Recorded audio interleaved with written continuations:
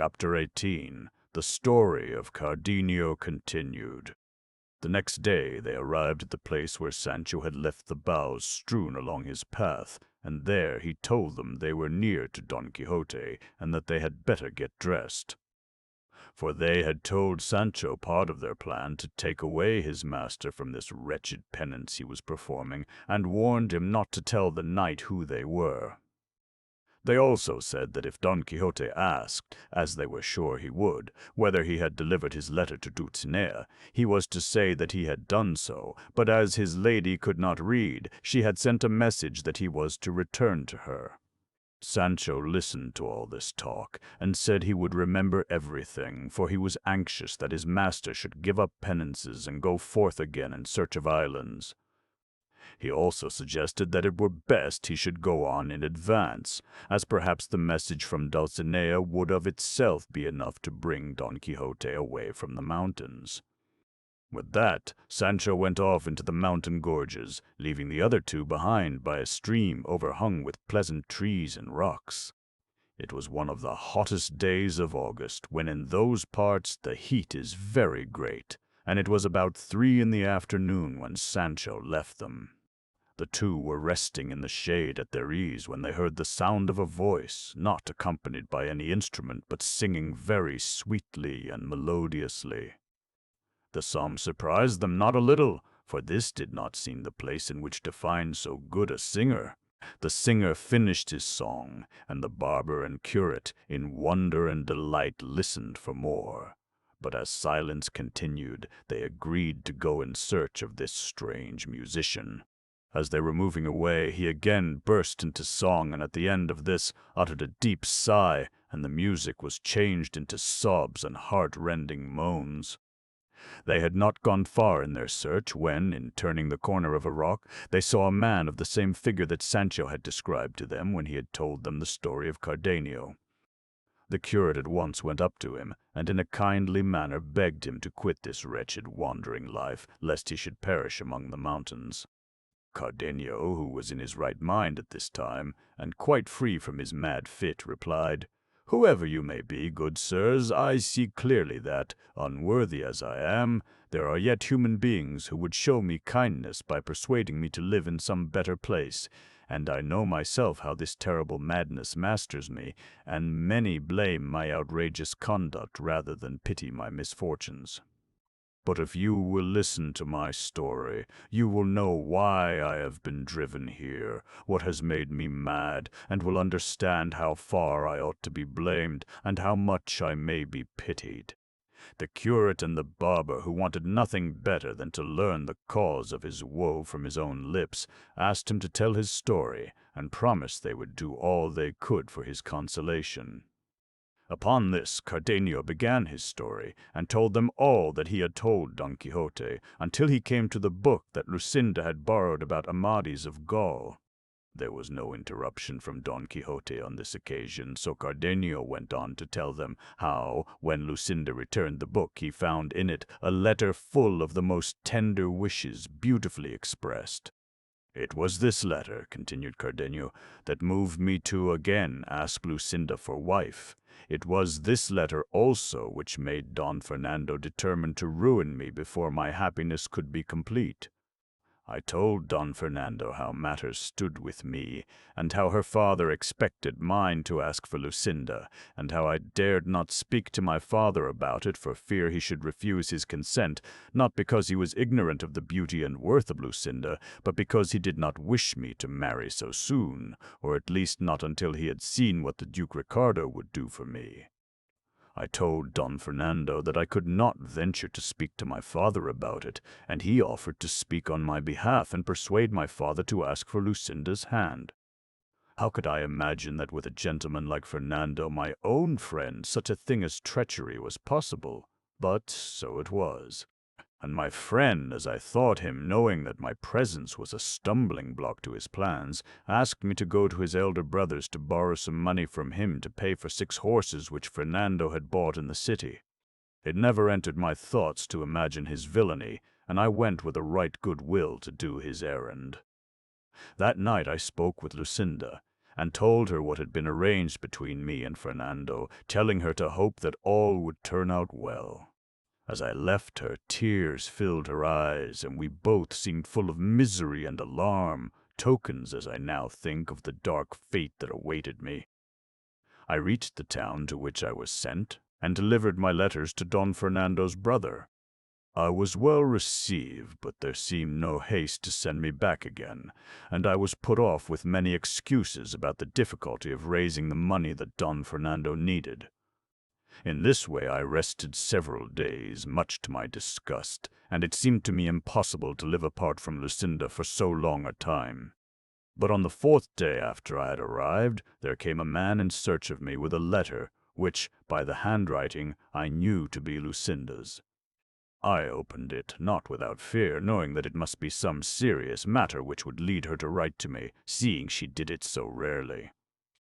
I asked the bearer, before I read the letter, who had given it to him, and how long it had been on the way. He answered that, passing by chance at midday through a street in my native city, a very beautiful lady had called to him from a window. "Poor thing," said he.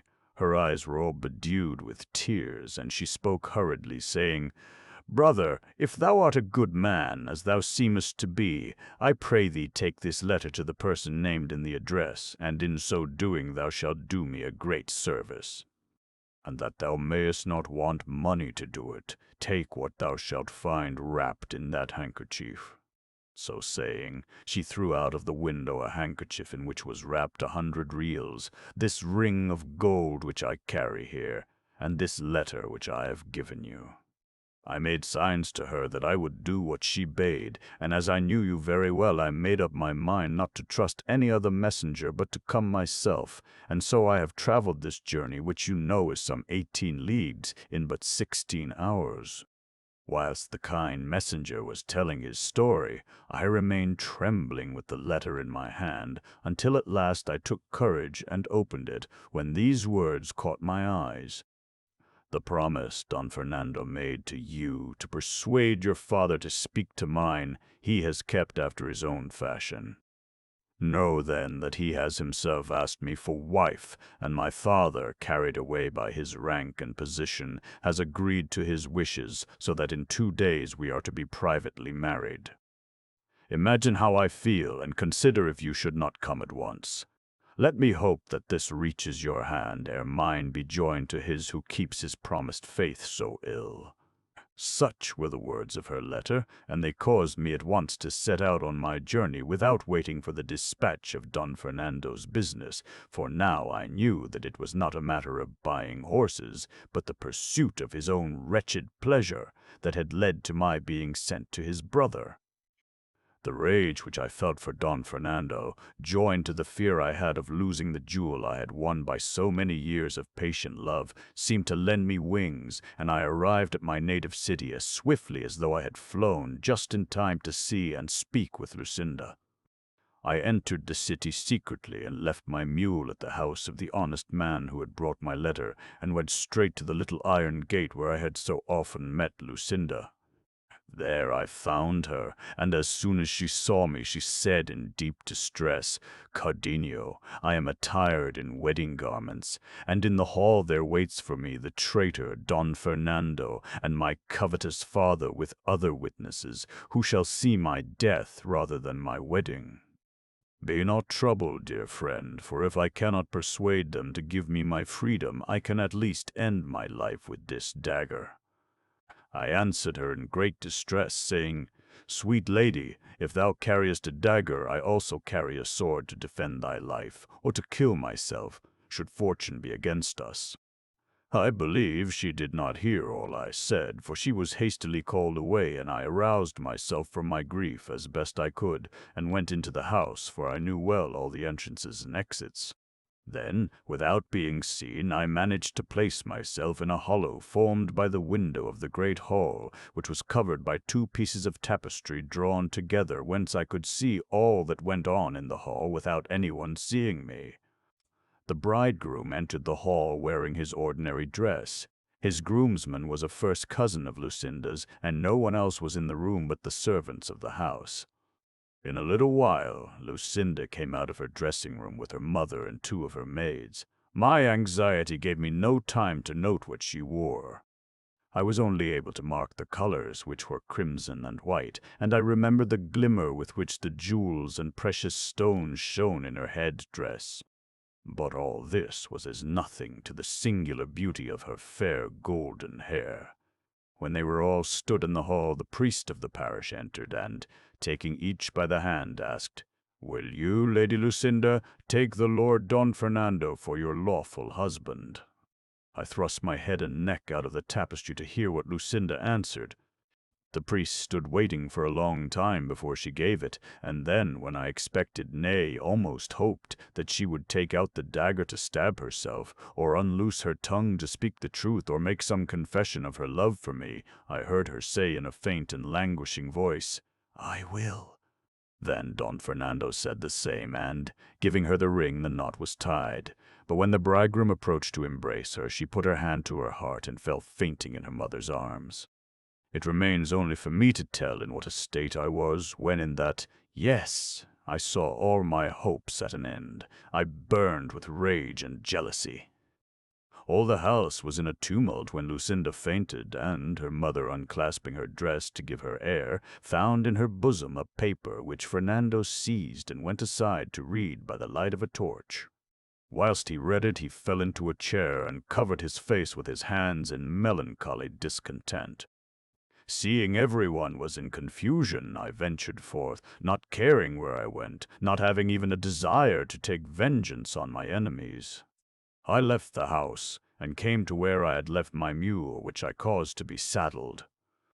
Then, without a word of farewell to anyone, I rode out of the city, and never turned my head to look back at it again. All night I traveled, and about dawn I came to one of the entrances to these mountains, through which I wandered 3 days at random. I then left my mule and such things as I had, and took to living in these wilds.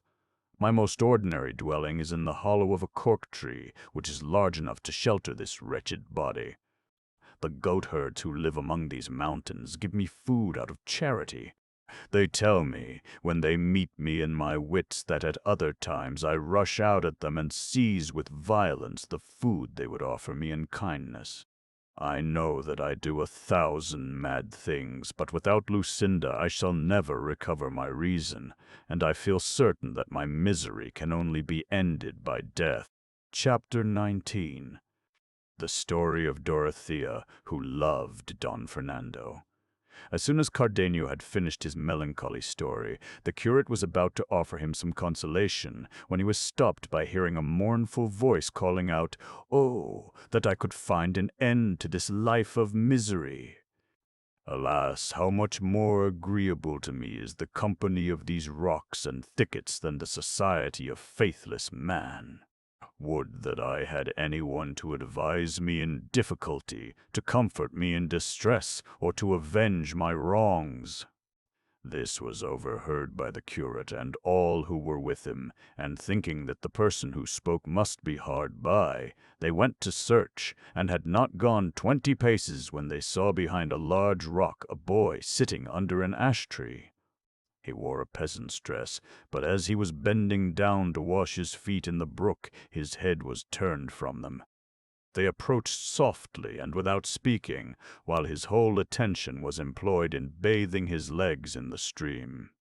They wondered at the whiteness and beauty of his feet, that did not seem formed to tread the furrows or follow the cattle or the plough, as his dress seemed to suggest. The curate, who was ahead of the rest, made signs to them to crouch down or hide themselves behind a rock. This done, they all gazed at the beautiful youth, who was clad in a grey jacket and wore breeches and hose of the same cloth, with a grey hunting cap on his head. Having washed his delicate feet, he wiped them with a handkerchief which he took out of his cap, and in doing so he raised his head, showing to those who were looking at him a face of such exquisite beauty that Cardenio murmured, "Since this is not Lucinda, it can be no earthly but some celestial being." The youth took off his cap and, shaking his head, a wealth of hair that Apollo might have envied, fell down upon his shoulders and discovered to them all that the peasant was not only a woman, but one of the most delicate and handsome women they had ever seen. Even Cardenio had to admit to himself that only Lucinda could rival her in beauty. Her golden locks fell down in such length and quantity that they not only covered her shoulders but concealed everything except her feet, and the bystanders more than ever desired to know who this mysterious beauty might be. Someone advanced, and at the noise the beauteous Fantasy raised her head and thrust aside her locks with both hands to see what it was that had startled her. No sooner did she perceive them than she started up and, without staying to put on her shoes or tie up her hair, seized her bundle and took to flight full of alarm. But she had not run 6 yards when her delicate feet, unable to bear the roughness of the stones, failed her, and she fell to the ground. They all ran to her assistance, and the curate, who was first, said, "Stay, madam, whosoever you are. Those you see here have no desire to harm you, and there is therefore no necessity whatever for flight." To this she made no reply, being ashamed and confused, but the curate, taking her hand, continued in a kindly manner, "Madam, it can be no slight cause that has hidden your beauty in such an unworthy disguise, and brought you to this lonely place where we have found you. Let us at least offer you our advice and counsel in your distress, for no sorrow can be so great that kind words may not be of service. Therefore, madam, tell us something of your good or evil fortune, that we may help you in your troubles as best we can." At first, while the curate spoke, the disguised damsel stood rapt in attention and gaped and gazed at them all as if she were some stupid villager who did not understand what was said. But finding that the curate understood something of her secret, she sighed deeply and said, "Since these mountains cannot conceal me and my poor hair betrays my secret, it would be vain for me to pretend things which you could not be expected to believe. Therefore I thank you all, gentlemen, for your kindness and courtesy, and I will tell you something of my misfortunes, not to win your pity, but that you may know why it is I wander here alone and in this strange disguise." All this was said in such a sweet voice, and in so sensible a manner, that they again assured her of their wish to serve her, and begged that she would tell them her story. To this she replied by putting on her shoes and binding up her hair and seating herself upon a rock in the midst of her 3 hearers. Then, brushing away a few tears from her eyes, she began in a clear voice the story of her life. In the province of Andalusia there is a certain town from which a great duke takes his name, which makes him one of our grandees, as they are called in Spain. He has 2 sons. The elder is heir to his estates, the younger is heir to I know not what, unless it be his father's evil qualities. To this nobleman my parents are vassals, of humble and low degree, but still so rich that if nature had gifted them with birth equal to their wealth, I should have been nobly born, nor should I now have suffered these strange misfortunes. They are but farmers and plain people, and what they mostly prized was their daughter, whom they thought to be the best treasure they had. As they had no other child, they were almost too affectionate and indulgent, and I was their spoilt child. And as I was the mistress of their affection, so also was I mistress of all their goods.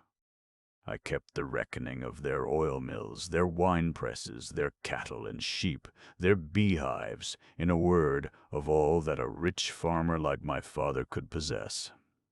I engaged and dismissed the servants, and was the stewardess of the estate.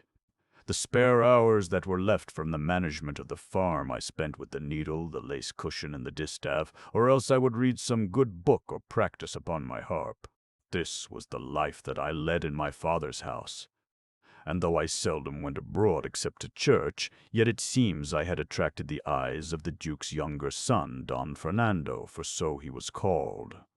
No sooner did she mention the name of Don Fernando than Cardenio's face changed color, and the curate and barber, noticing it, feared that he would burst out into one of his mad fits. But he did nothing but tremble and remain silent, and the girl continued her story. No sooner, then, had Don Fernando seen me than he was smitten with love for me, and from that moment I had no peace. I could not sleep for his serenades.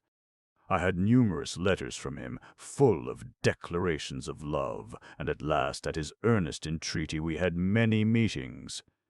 But though he talked much of love, yet I knew that his father would not allow him to marry the daughter of one of his own vassals, and my parents both assured me that the Duke would never consent to our marriage. One evening Don Fernando gave me a beautiful ring and promised that he would always be true to me, and from that moment I felt that I was betrothed to him, and that he really intended, in spite of the Duke's opposition, to make me his wife. For some days I lived in the greatest joy, and Don Fernando came constantly to see me, but after a while his visits grew less frequent, and at last ceased altogether, and I heard that he had gone on a visit to another city. I waited in hopes of receiving a letter from him, but none came. Ah! How sad and bitter those days and hours were to me when I first began to doubt and even to disbelieve in my lover's faith. I had to keep watch on my tears, and wear a happy face for fear my parents should find out the reason of my unhappiness.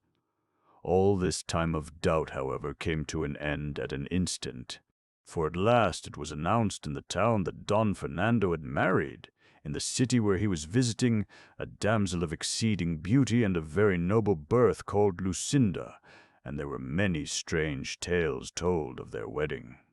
Cardenio, hearing the name of Lucinda, did nothing but shrug his shoulders, bow his head, and shed bitter tears. But yet, for all that, Dorothea, for such was the maiden's name, did not interrupt the thread of her story, but continued. When this doleful news reached my ears, I was inflamed with rage and fury.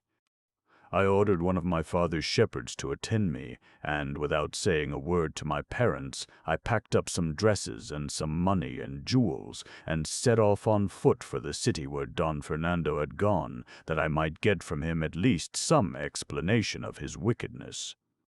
In 2 days and a half I arrived at my journey's end, and the first person I asked told me the whole story of Don Fernando's wedding. He told me that at the time of the wedding, after Lucinda had uttered her consent to be Fernando's wife, she had fainted, and there fell from her bosom a letter written in her own hand, in which she said that she could not be the wife of Don Fernando, because she was betrothed to Cardenio, a gentleman of that city. The letter went on to say that she intended to kill herself at the end of the ceremony, and upon her was found a dagger, which seemed to bear out what she said. Don Fernando, seeing this and thinking that Lucinda had mocked him, would have stabbed her with the dagger had her parents not prevented him. After this, I was told, Don Fernando fled, and I learned that this Cardenio had been present at the wedding and, hearing her words, had vanished from the city in despair, leaving a letter behind, declaring the wrongs Lucinda had done to him. The whole city were talking of these terrible things, and they talked the more when it was known that Lucinda was missing from her father's house, and that her parents had almost lost their reason in their distress. When I heard all these things, I made up my mind I would find Don Fernando, married or unmarried. But before I left the city on my search, I was told there was a proclamation made by the public crier, offering a large reward for anyone who should bring me back to my parents. Fearing that this might tempt the shepherd to betray my whereabouts, I made my escape from the city, and in this disguise came to the Brown Mountains, where I have lived for some months with an old goatherd, and I help him to tend his goats. Here I have managed to pass as a peasant lad until my hair betrayed me to you gentlemen as what I am, a distressed and unfortunate maiden. This is indeed the true story of my tragedy, for which consolation is in vain, and relief, I fear me, impossible. Chapter 20. of the pleasant plan they carried out to persuade Don Quixote not to continue his penance.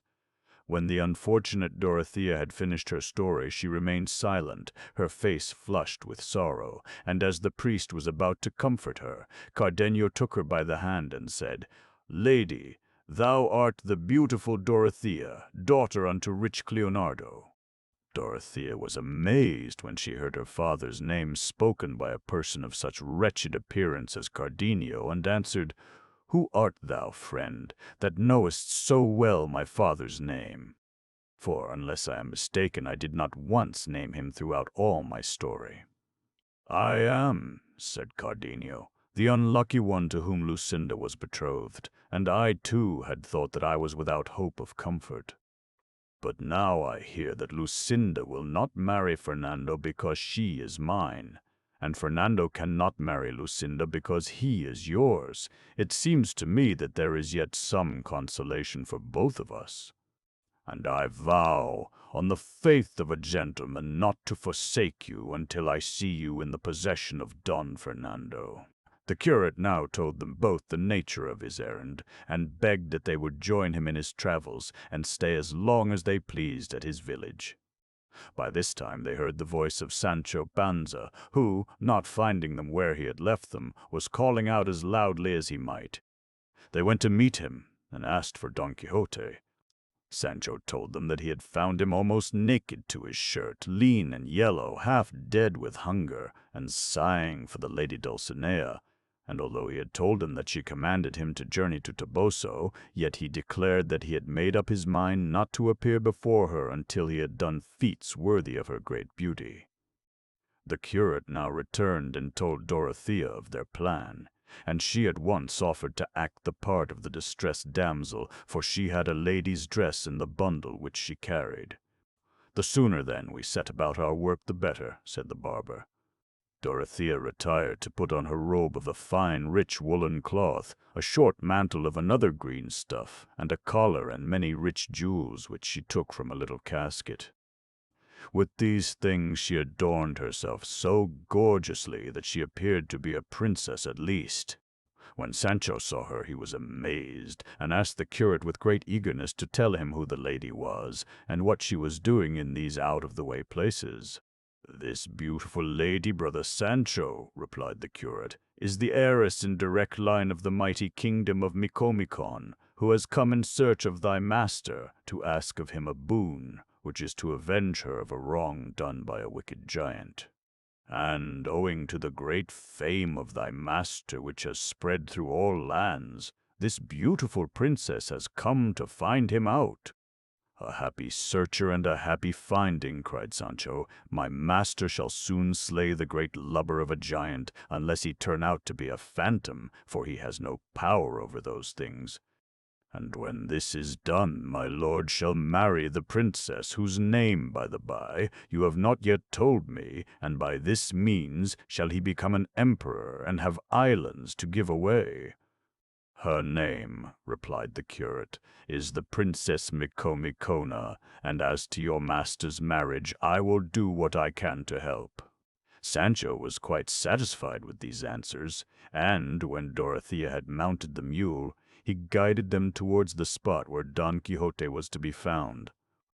And as they went along, the barber told Sancho he must in no way pretend to know who he was, for if he did, Don Quixote would never leave the mountains and would never become an emperor.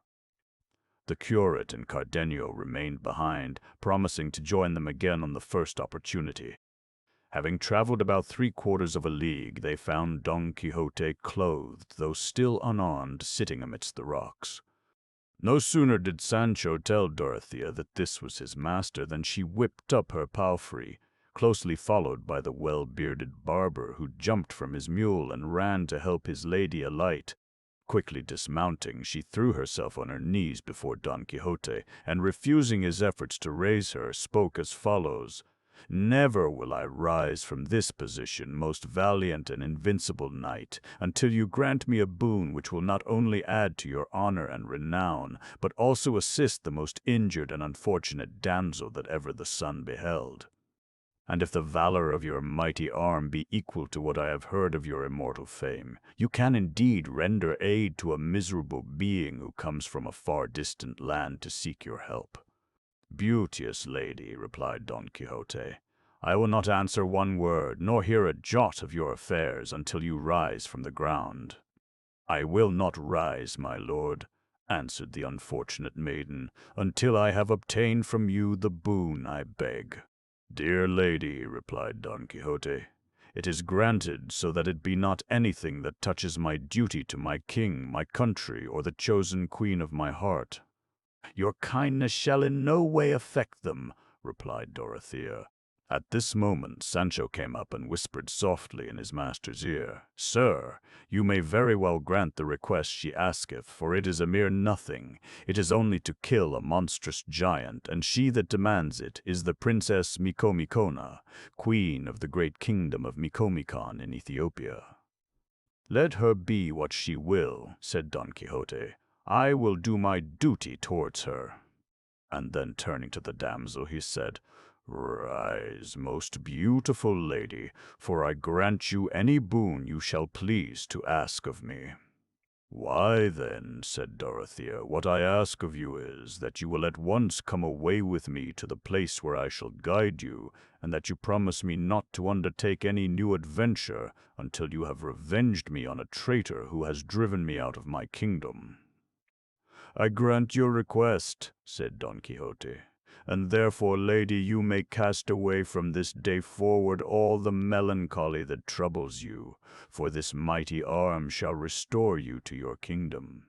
The distressed damsel strove with much ado to kiss his hand, but Don Quixote, who was a most courteous knight, would not permit it, and, making her arise, treated her with the greatest respect.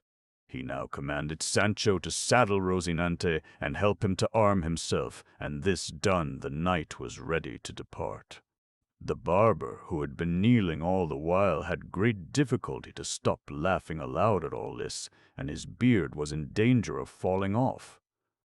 He was glad to get up and help his lady to mount the mule, and when Don Quixote was mounted and the barber himself had got upon his beast, they were ready to start. As for Sancho, who trudged along on foot, he could not help grieving for the loss of his Dapple, but he bore it all with patience, for now he saw his master on the way to marry a princess, and so become at least king of Micomicon, though it grieved him to think that that country was peopled by blackamoors, and that when he became a ruler his vassals would all be black. While this was going on, the curate and Cardenio had not been idle, for the curate was a cunning plotter, and had hit on a bright idea. He took from his pocket a pair of scissors and cut off Cardenio's rugged beard and trimmed his hair very cleverly. And when he had thrown his riding cloak over Cardenio's shoulders, he was so unlike what he was before that he would not have known himself in a looking-glass. This finished, they went out to meet Don Quixote and the others. When they came towards them, the curate looked earnestly at the knight for some time, and then ran towards him with open arms, saying, "In a good hour is this meeting with my worthy countryman, the mirror of knighthood, Don Quixote of the Mancha, the champion of the distressed." Don Quixote did not at first know him, but when he remembered the curate he wanted to alight, saying, "It is not seemly, reverend sir, that I should ride whilst you travel on foot." But the curate would not allow him to dismount and give him his horse, but suggested that he might ride behind the lady's squire on his mule. "I did not think of that, good master curate," said Don Quixote, "but I know my lady, the princess, will, for my sake, order her squire to lend you the use of his saddle." "That I will," said the princess, "and I know my squire is the last man to grudge a share of his beast to this reverend father." "That is most certain," said the barber, and got off his steed at once. The curate now mounted, but the misfortune was that when the barber tried to get up behind, the mule, which was a hired one, lifted up her legs and kicked out with such fury that she knocked Mr. Nicholas to the ground, and, as he rolled over, his beard fell off and lay upon the earth. Don Quixote, seeing that huge mass of beard torn from the jaw without blood, and lying at a distance from the squire's face, said, This, I vow, is one of the greatest miracles I ever saw in my life. The beard is taken off as clean by the heel of the mule as if it had been done by the hand of a barber. The curate, seeing the risk they ran of their plan being found out, came to where Master Nicholas was lying, and with one jerk clapped it on again, muttering as he did so some Latin words, which he said were a charm for fixing on beards. By this means, to Don Quixote's amazement, the squire was cured again, and he asked the curate to tell him this charm, which, he said, since it could heal a wound of this kind, must be good for even more dangerous injuries. The curate agreed to tell him the secret some other day, and, having mounted the mule, the party rode slowly away towards the inn. Chapter 21. Of the Journey to the Inn. The curate rode first on the mule, and with him rode Don Quixote and the princess. The others, Cardenio the barber and Sancho Panza, followed on foot. And as they rode, Don Quixote said to the damsel, "Madam, let me entreat your highness to lead the way that most pleaseth you."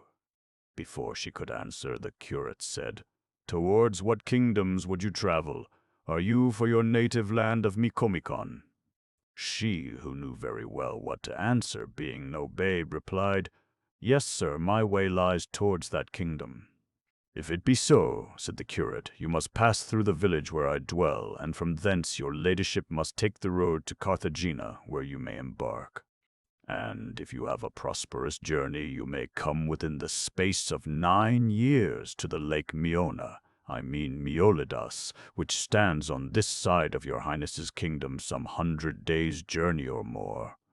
"You are mistaken, good sir," said she, "for it is not yet fully 2 years since I left there, and, though I never had fair weather, I have arrived in time to see what I so longed for, the presence of the renowned Don Quixote of the Mancha, whose glory was known to me as soon as my foot touched the shores of Spain." "No more," cried Don Quixote. "I cannot abide to hear myself praised, for I am a sworn enemy to flattery, and though I know what you speak is but truth, yet it offends mine ears. And I can tell you this at least, that whether I have valor or not, I will use it in your service, even to the loss of my life. But let me know, master curate, what has brought you here." "You must know, then," replied the curate, "that Master Nicholas the barber and myself travelled towards Seville to recover certain sums of money which a kinsman of mine in the Indies had sent me. And passing yesterday through this way, we were set upon by 4 robbers, who took everything that we had. And it is said about here that those who robbed us were certain galley slaves, who they say were set at liberty almost on this very spot by a man so valiant that in spite of the guard he released them all. And doubtless he must be out of his wits, or else he must be as great a knave as they, to loose the wolf among the sheep and rebel against his king by taking from the galleys their lawful prey." Sancho had told the curate of the adventure with the galley slaves, and the curate spoke of it to see what Don Quixote would say. The knight, however, durst not confess his part in the adventure, but rode on, changing color at every word the curate spoke.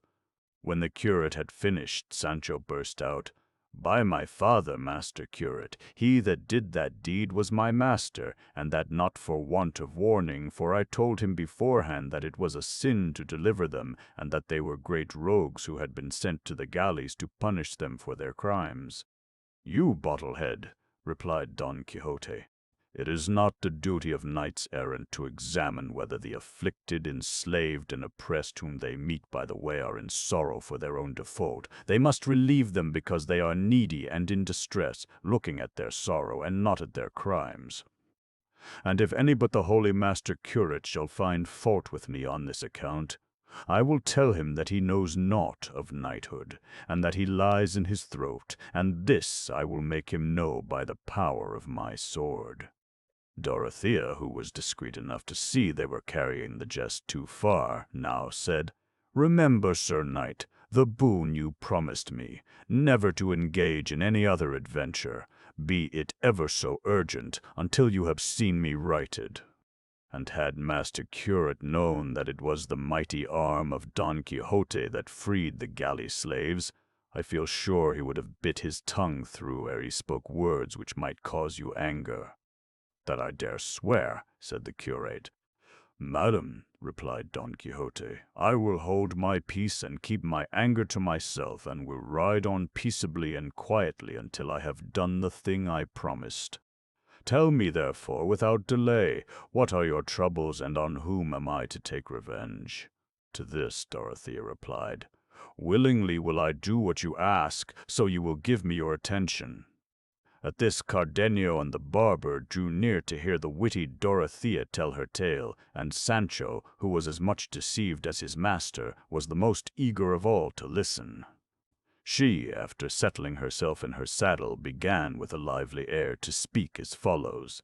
"In the first place, I would have you know, gentlemen, that my name is Comp."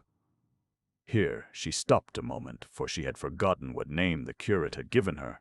He, seeing her trouble, said quickly, "It is no wonder, great lady, that you hesitate to tell your misfortunes. Great sufferers often lose their memory, so that they even forget their own names, as seems to have happened to your ladyship, who has forgotten that she is called the Princess Micomicona, heiress of the great kingdom of Micomicon." "True," said the damsel, "but let me proceed.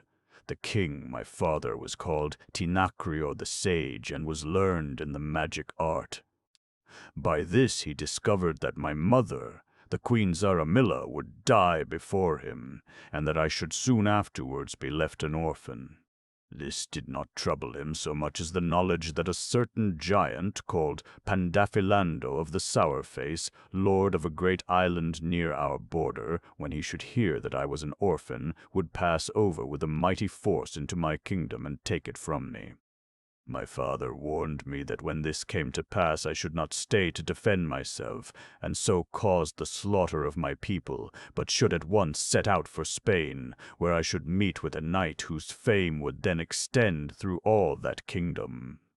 His name, he said, should be Don Quixote, and he would be tall of stature, have a withered face, and on his right side, a little under his left shoulder, he should have a tawny spot with certain hairs like bristles. On hearing this, Don Quixote said, "Hold my horse, son Sancho, and help me to strip, for I would know if I am the knight of whom the sage king spoke." "There is no need," said Sancho, "for I know that your worship has such a mark near your backbone." "It is enough," said Dorothea, "for among friends we must not be too particular, and whether it is on your shoulder or your backbone is of no importance." And indeed, no sooner did I land in Osuna than I heard of Don Quixote's fame, and felt sure that he was the man. "But how did you land in Osuna, madam?" asked Don Quixote, "seeing that it is not a sea town?" "Sir," said the curate, "the princess would say that she landed at Malaga, and that Osuna was the first place wherein she heard tidings of your worship." "That is so," said Dorothea, "and now nothing remains but to guide you to Pandafilando of the Sour Face, that I may see you slay him, and once again enter into my kingdom. For all must succeed as the wise Tinacrio, my father, has foretold, and if the night of the prophecy, when he has killed the giant, so desires, then it will be my lot to become his wife, and he will at once possess both me and my kingdom. What thinkest thou of this, friend Sancho? Did I not tell thee this would come about? Here we have a kingdom to command and a queen to marry." When Sancho heard all this, he jumped for joy, and running to Dorothea stopped her mule, and asking her very humbly to give him her hand to kiss, he kneeled down as a sign that he accepted her as his queen and lady. All around could scarcely hide their laughter at the knight's madness and the squire's simplicity, and when Dorothea promised Sancho to make him a great lord, and Sancho gave her thanks, it roused their mirth anew. "Madam," continued Don Quixote, who appeared to be full of thought, "I repeat all I have said, and make my vow anew, and when I have cut off the head of Pandafilando I will put you in peaceable possession of your kingdom, but since my memory and will are captive to another, it is not possible for me to marry." So disgusted was Sancho with what he heard that he cried out in a great rage, "Surely, Sir Don Quixote, your worship is not in your right senses. Is it possible your worship can refuse to marry a princess like this? A poor chance have I of getting a countship if your worship goes on like this, searching for mushrooms at the bottom of the sea.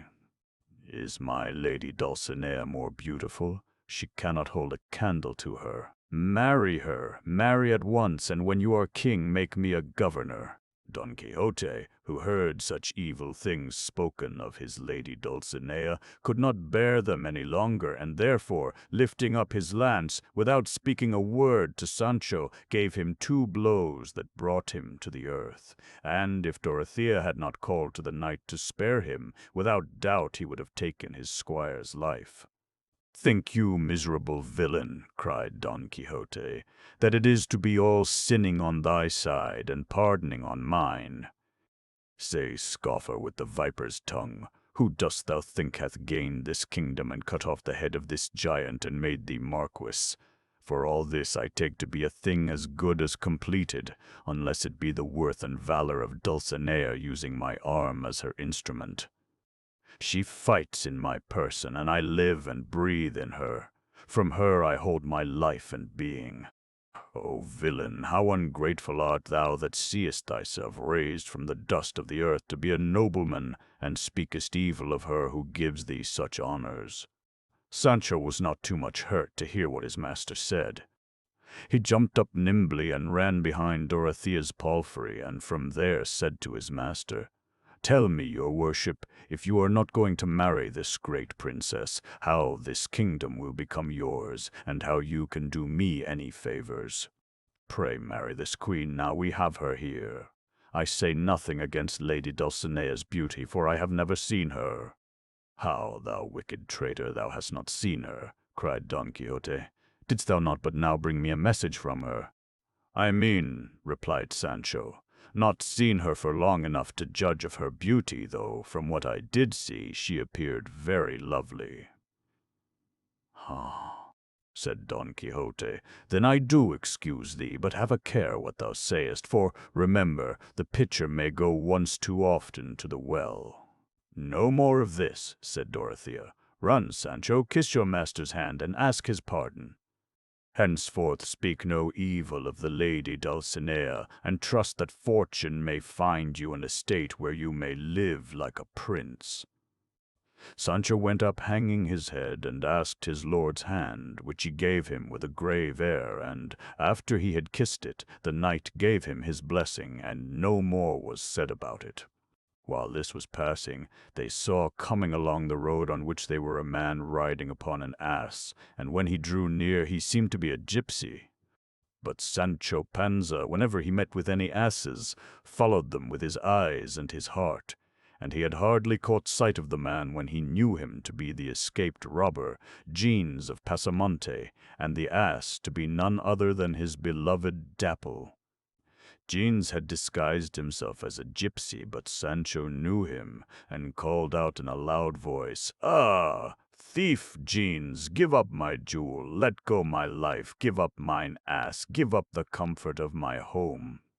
Fly, scoundrel, begone, thief, give back what is none of thine." He need not have used so many words, for Jeans leaped off at the first and raced away from them all as fast as his legs could carry him.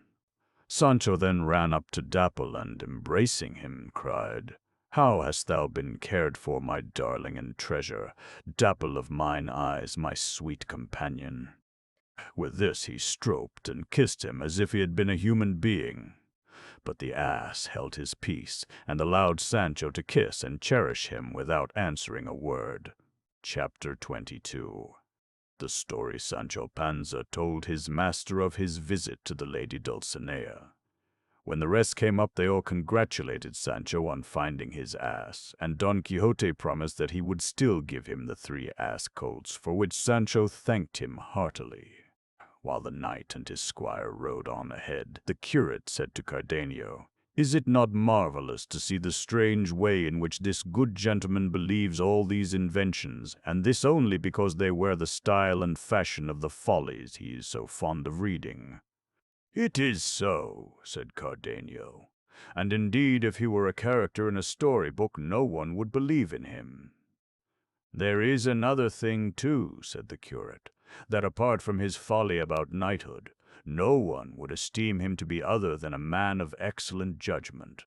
Don Quixote at the same time was saying to Sancho, "Friend Sancho, let us bury all injuries, and tell me when, how, and where didst thou find Dulcinea?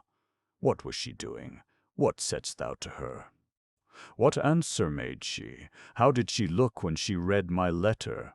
Who copied it for thee? Tell me all, without adding to it or lying, for I would know everything." "Master," replied Sancho, "if I must speak the truth, nobody copied out the letter, for I carried no letter at all." "Thou sayest true," said Don Quixote, "for I found the pocket-book, wherein it was written 2 days after thy departure, and I did expect that thou wouldst return for it." "I had done so," said Sancho, "if I had not carried it in my memory when you read it to me, so that I could say it to a parish clerk who copied it out of my head word for word, so exactly that he said that in all the days of his life he had never read such a pretty letter." "And hast thou it still by heart, Sancho?" asked Don Quixote. "No, sir, for after I gave it, seeing that it was to be of no more use, I let myself forget it. 'If I remember,' it began, 'Scrubby Queen, Sovereign Lady, and the ending, yours till death, the Knight of the Rueful Countenance.' But between these things I put in 300 hearts, and loves, and dear eyes." "All this I like to hear, therefore say on," said Don Quixote. "Thou didst arrive, and what was the Queen of Beauty doing then?" "I dare say thou foundest her threading pearls, or embroidering some curious device, with golden threads for this her captive knight." "No, that I did not," said Sancho, "but winnowing 2 bushels of wheat in the yard of her house." "Why, then," said Don Quixote, "thou mayest reckon that each grain of wheat was a pearl, seeing they were touched by her hands. But tell me, when thou didst deliver my letter, did she kiss it? Did she use any ceremony worthy of such a letter? Or what did she?" "When I went to give it to her," said Sancho, "she was all in a bustle with a good lot of wheat in her sieve, and said to me, 'Lay down that letter there on the sack, for I cannot read it until I have winnowed all that is here.'" "O discreet lady," said Don Quixote, "she must have done that, so that she might read and enjoy it at leisure. Go on then, Sancho, and tell all she said about me, and what thou saidst to her." "She asked me nothing," replied the squire, "but I told her the state which I left you in for her sake, doing penance all naked from the girdle up among these rocks like a brute beast, and I told her how you slept on the ground and never combed your beard, but spent your time weeping and cursing your fortune." "There thou saidst ill," said Don Quixote, "for I do not curse my fortune, but rather bless it, seeing that it hath made me worthy to merit the love of so beautiful a lady as Dulcinea of Toboso. But tell me, after she had sifted her corn and sent it to the mill, did she then read my letter?" "The letter," replied Sancho, "she did never read, for she said she could neither read nor write, and therefore she tore it into small pieces, and would allow no one to read it, lest the whole village might know her secrets. Lastly, she told me that I was to say to your worship that she kissed your hands, and that she had a greater desire to see you than to write to you. Therefore she begged, as you loved her, that you should quit these bushes and brambles, and leave off these mad pranks, and set out for Toboso, for she had a great longing to see your worship. She laughed a good deal when I told her they called your worship the Knight of the Rueful Countenance. I asked her whether the beaten Biscayan came there. She said yes, and that he was a very good fellow. I asked also after the galley slaves, but she told me that she had seen none of them as yet." "All goes well then," said Don Quixote. "But tell me, what jewel did she bestow on thee at thy departure for reward of the tidings thou hadst brought?" For it is a usual and ancient custom among knights-errant and their ladies to give to their squires, damsels, or dwarfs who bring good tidings some rich jewel as a reward for their welcome news. "It may well be," replied Sancho, "and I think it was a most excellent custom, but I doubt if it exists nowadays, for it would seem to be the manner of our age only to give a piece of bread and cheese, for this was all that my lady Dulcinea bestowed on me when I took my leave, and, by the way, the cheese was made of sheep's milk." "She is marvellous liberal," said the knight, "and if she gave thee not a jewel of gold, it was doubtless because she had none then about her. But that will be put right some day. Knowest thou, Sancho, at what I am astonished? It is at thy sudden return, for it seems to me thou wast gone and hast come back again in the air, for thou hast been away but a little more than 3 days, although Toboso is more than 30 leagues from hence. Therefore I do believe that the wise enchanter who takes care of my affairs and is my friend must have helped thee to travel without thy being aware of it. For there are sages that take up a knight-errant sleeping in his bed, and, without knowing how or in what manner, he awakes the next day more than 1,000 leagues from the place where he fell asleep. For otherwise knights-errant could not help one another in perils as they do now.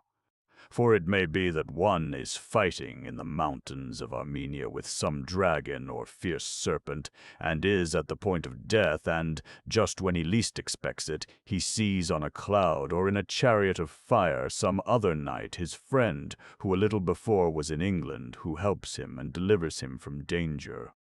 And all this is done by the craft and wisdom of those sage enchanters who take care of valorous knights. But, leaving all this apart, what dost thou think I should do about my lady's commands to go and see her?" "Tell me, good your worship," replied Sancho, "do you intend to journey to Toboso and lose so rich and noble a prize as this princess?" "Peace. Take my advice and marry her in the first village that hath a parish priest, or let the curate do it, for he is here, and remember the old saying, 'A bird in the hand is worth 2 in the bush.'" "Look you, Sancho," said his master, "if you counsel me to marry, to the end that I may be king when I have slain the giant, and be able to give you an island, know that I can do that without marrying, for I will make it a condition that upon conquering this monster, they shall give me a portion of the kingdom, although I marry not the princess, and this I will bestow upon thee." "Let it be so then," said Sancho. "And trouble not your mind, I pray you, to go and see the lady Dulcinea at this moment, but go away and kill the giant, and let us finish off this job, for I believe it will prove of great honor and greater profit." "I believe, Sancho," said Don Quixote, "that thou art in the right, and I will follow thy advice in going first with the princess, rather than visiting Dulcinea." At this moment Master Nicholas the barber called out to them to stay a while, for they wished to halt and drink at a small spring hard by.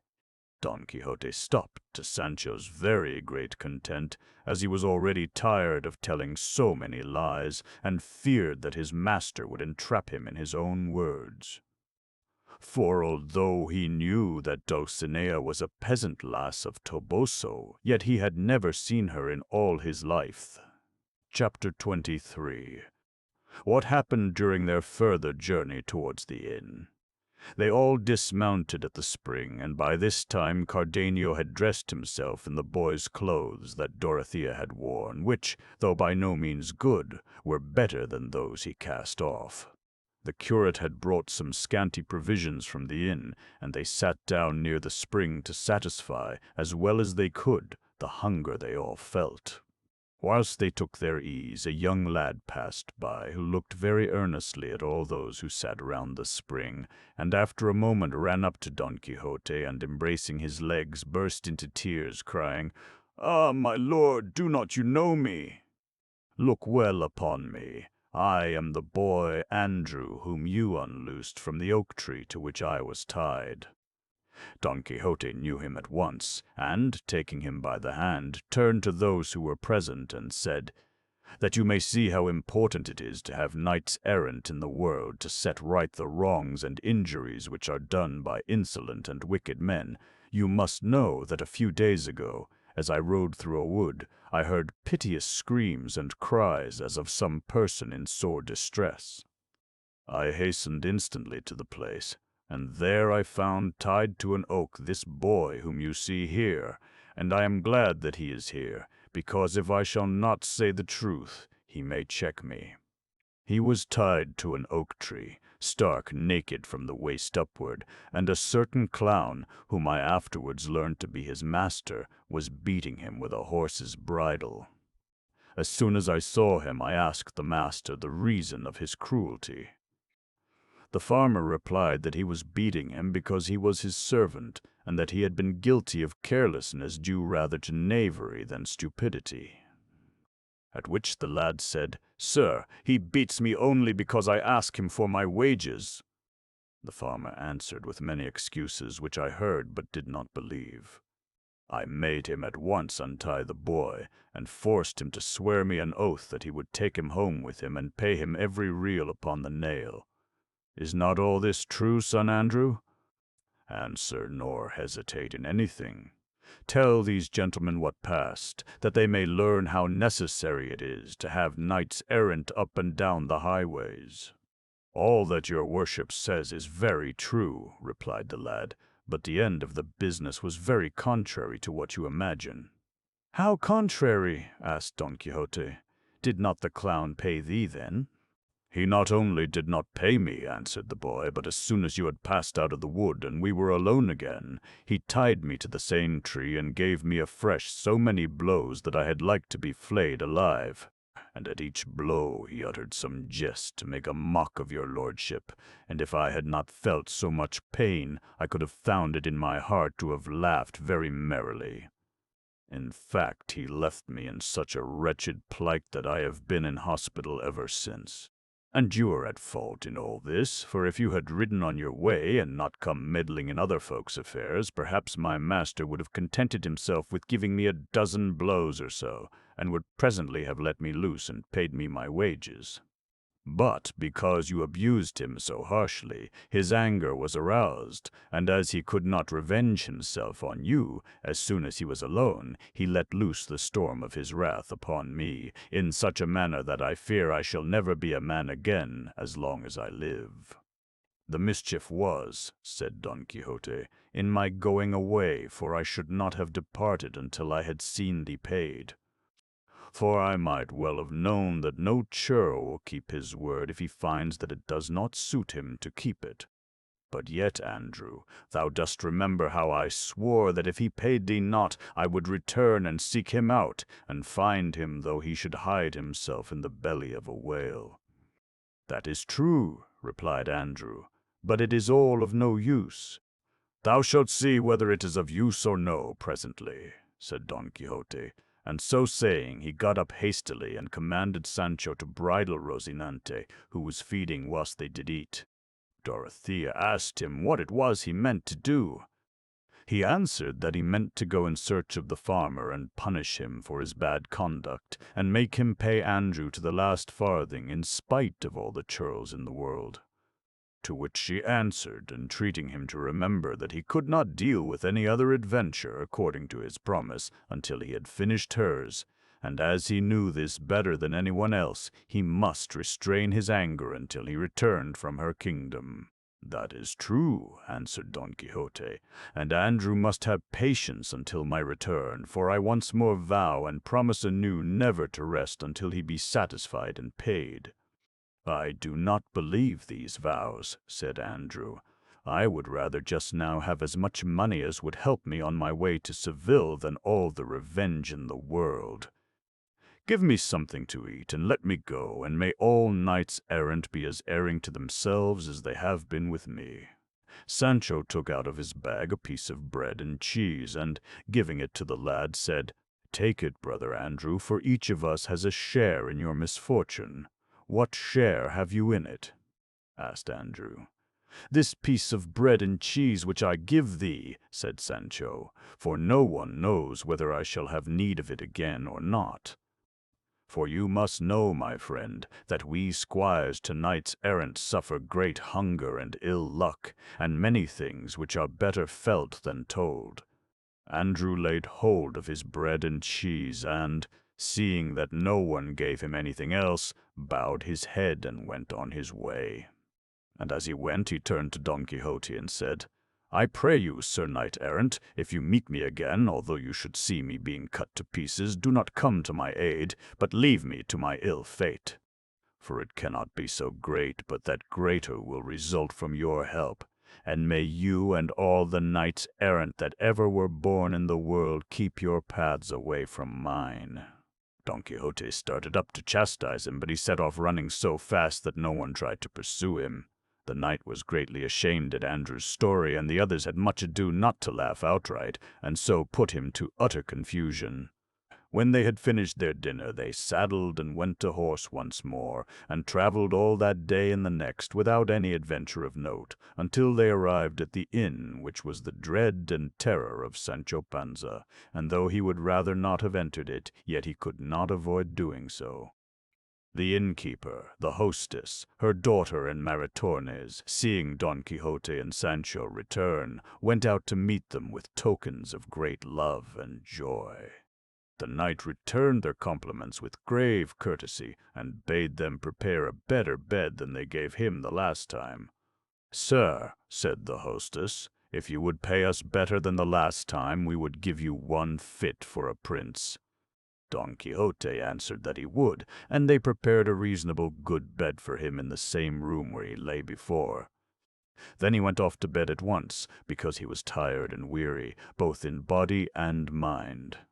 He had scarcely locked himself in when the hostess ran at the barber, seizing him by the beard, and cried, By my troth, but my tail shall no longer be used for a beard, for the comb which used to be kept in the tail gets tossed about the floor, and it is a shame.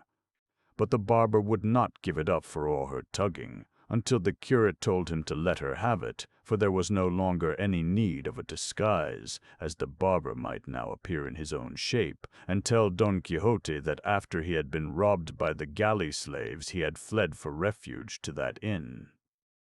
As for the princess's squire, if the knights should ask after him, they could say he had been sent on before to her kingdom, to announce to her subjects that she was returning, bringing with her one who should give them all their freedom. On this the barber gave up the tale to the landlady, together with the other things they had borrowed. All the people of the inn were struck with Dorothea's beauty and the comeliness of the shepherd Cardenio. The curate made them get ready a dinner of the best the inn could produce, and the innkeeper, in hope of better payment, prepared them very speedily a good dinner. All this was done whilst Don Quixote slept, and they agreed not to wake him, for they thought it would do him more good to sleep than to eat. Chapter 24. Of the extraordinary battle which Don Quixote waged with what he took to be a giant. Don Quixote was still asleep when the dinner was served, and during dinner, the innkeeper, his wife, his daughter, and Maritornes being there, as well as all the travellers, they talked of Don Quixote's strange craze, and of the state in which they had found him. The hostess told them of what had happened between him and the carrier, and glancing round to see if Sancho were present, and not seeing him, she told them the story of his being tossed in the blanket, to the no small entertainment of all the company.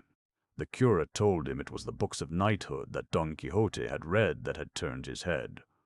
I know not how that can be, said the innkeeper, for to my thinking there is no finer reading in the world, and when it is harvest time, the reapers here often collect during the midday heat, and one who can read takes one of these books in hand, while some 30 of us get round him, and sit listening with so much delight that I could find it in my heart to be hearing such stories day and night.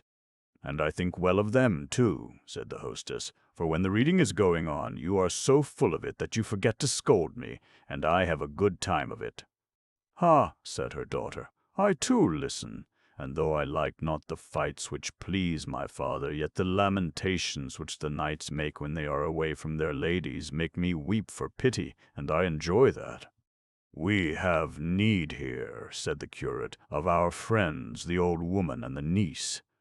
Beware, my good host, of these books, and take care that they carry you not on the road they have taken Don Quixote."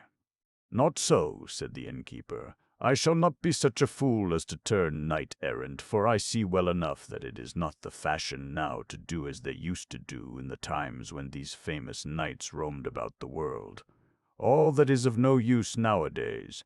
Sancho came in the midst of this, and was amazed to hear them say that knights errant now were of no use, and that books of knighthood were full of follies and lies, and he made up his mind to see the end of this voyage of his master, and if that did not turn out as happily as he expected, to return home to his wife and children, and to his former labors. At this moment a noise came from the room where Don Quixote was lying, and Sancho went hastily to see if his master wanted anything.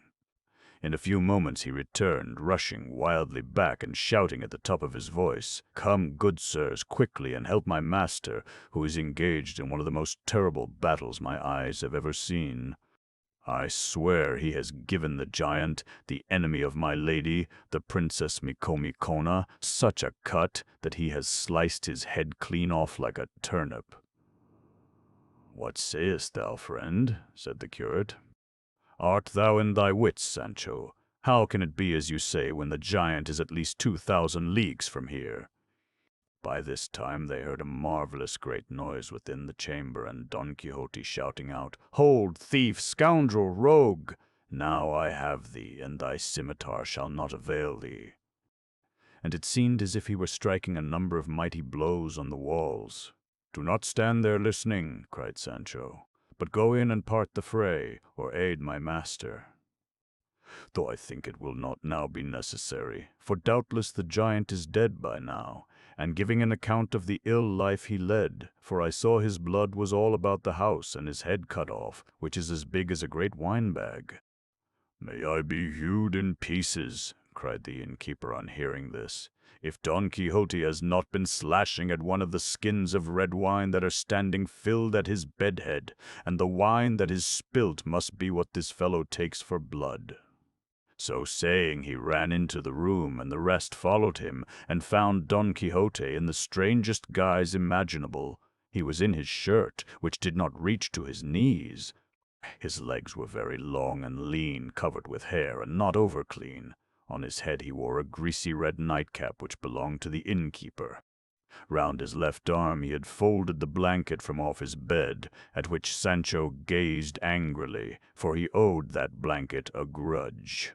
In his right hand he gripped his naked sword, with which he laid round about him with many a thwack, shouting out as if indeed he was at battle with some terrible giant. The best sport of all was that his eyes were not open, for he was indeed asleep and dreaming that he was fighting a giant. For his imagination was so full of the adventure in front of him that he dreamed that he had already arrived at Micomicon, and was there in combat with his enemy, and he had given so many blows to the wine-bags, supposing them to be the giant, that the whole chamber flowed with wine. When the innkeeper saw this, he flew into such a rage that he set upon Don Quixote with his clenched fist, and began to pummel him, so that if Cardenio and the curate had not pulled him off, he would have finished the battle of the giant altogether. In spite of this, the poor knight did not awake until the barber got a great kettle full of cold water from the well, and threw it right over him, when Don Quixote woke up, but even then did not understand where he was. As for Sancho, he went up and down the floor, searching for the giant's head, and seeing he could not find it, said, "Now I know that everything I see in this house is enchanted, for this head is not to be seen here, though I myself saw it cut off with my own eyes, and the blood running from the body as from a fountain." "What blood or what fountain dost thou cackle of here?" cried the innkeeper. "Thou thief! Dost thou not see that the blood and the fountain is no other thing but the wine-bags which are ripped open, and the red wine which swims up and down the room?" "I know nothing but this," replied Sancho, "that if I cannot find the giant's head, my earldom will dissolve like salt cast into water." For indeed Sancho awake was worse than his master asleep, so greatly had his master's promises turned his brain.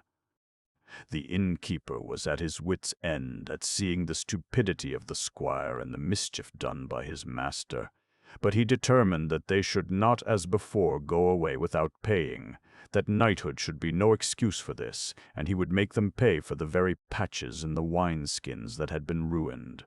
All this time the curate was holding Don Quixote's hands, who, believing that he had finished the adventure and was in the presence of the Princess Micomicona herself, fell on his knees before the curate and said, "Your Highness, exalted and beautiful lady, may live from henceforth secure from any danger that this wretched giant might have done to you, and I am also freed this day from the promise I made to you, seeing that I have, with the assistance of her through whose favor I live and breathe, so happily completed my labor." "Did I not say so?" cried Sancho, hearing his master. "I was not drunk. My master has salted the giant down this time, and my earldom is secure." Who could help laughing at the follies of the two, master and man? All of them laughed except the innkeeper, who burst out into fits of anger 10 times worse than before. At length the barber, Cardenio, and the curate managed, not without much ado, to get Don Quixote to bed again, and presently left him sleeping, with every sign of being worn out. They let him sleep, and went out to comfort Sancho Panza, whose grief was great at not finding the giant's head. But they had more to do to pacify the innkeeper, who was almost out of his wits at the sudden death of his wineskins. His wife, too, was running up and down, scolding and crying out, "Alas, the unlucky hour when this knight-errant came to my house! Would that mine eyes had never seen him, for he has cost me dear. The last time he was here he went away scot-free for his supper, bed, straw, and barley for himself, his man, his horse, and his ass, because he said he was a knight-errant. Then for his sake the other gentlemen came and took away my good tale and have returned it damaged, and now he breaks my wineskins and spills the wine. I wish I may see as much of his blood spilt." And backed up by Maritornes, the good innkeeper's wife continued her lamentations with great fury. At length the curate quelled the storm, promising to satisfy them for the wine and the skins, and also for the damage to the tail, about which there was so much fuss. Dorothea comforted Sancho, telling him that as soon as ever it was made certain that his master had slain the giant and placed her safely in her kingdom, she would give him the best earldom she had. With this he was consoled, and told her that he himself had seen the giant's head cut off, and that it had a beard which reached down to his girdle, and that if the beard could not now be found, it was because the affairs of this house were all guided by enchantment, as he knew to his cost by what had happened to himself in his last visit. Dorothea replied that she was of the same opinion, and bade him be of good cheer, since all would be well ended to his heart's desire.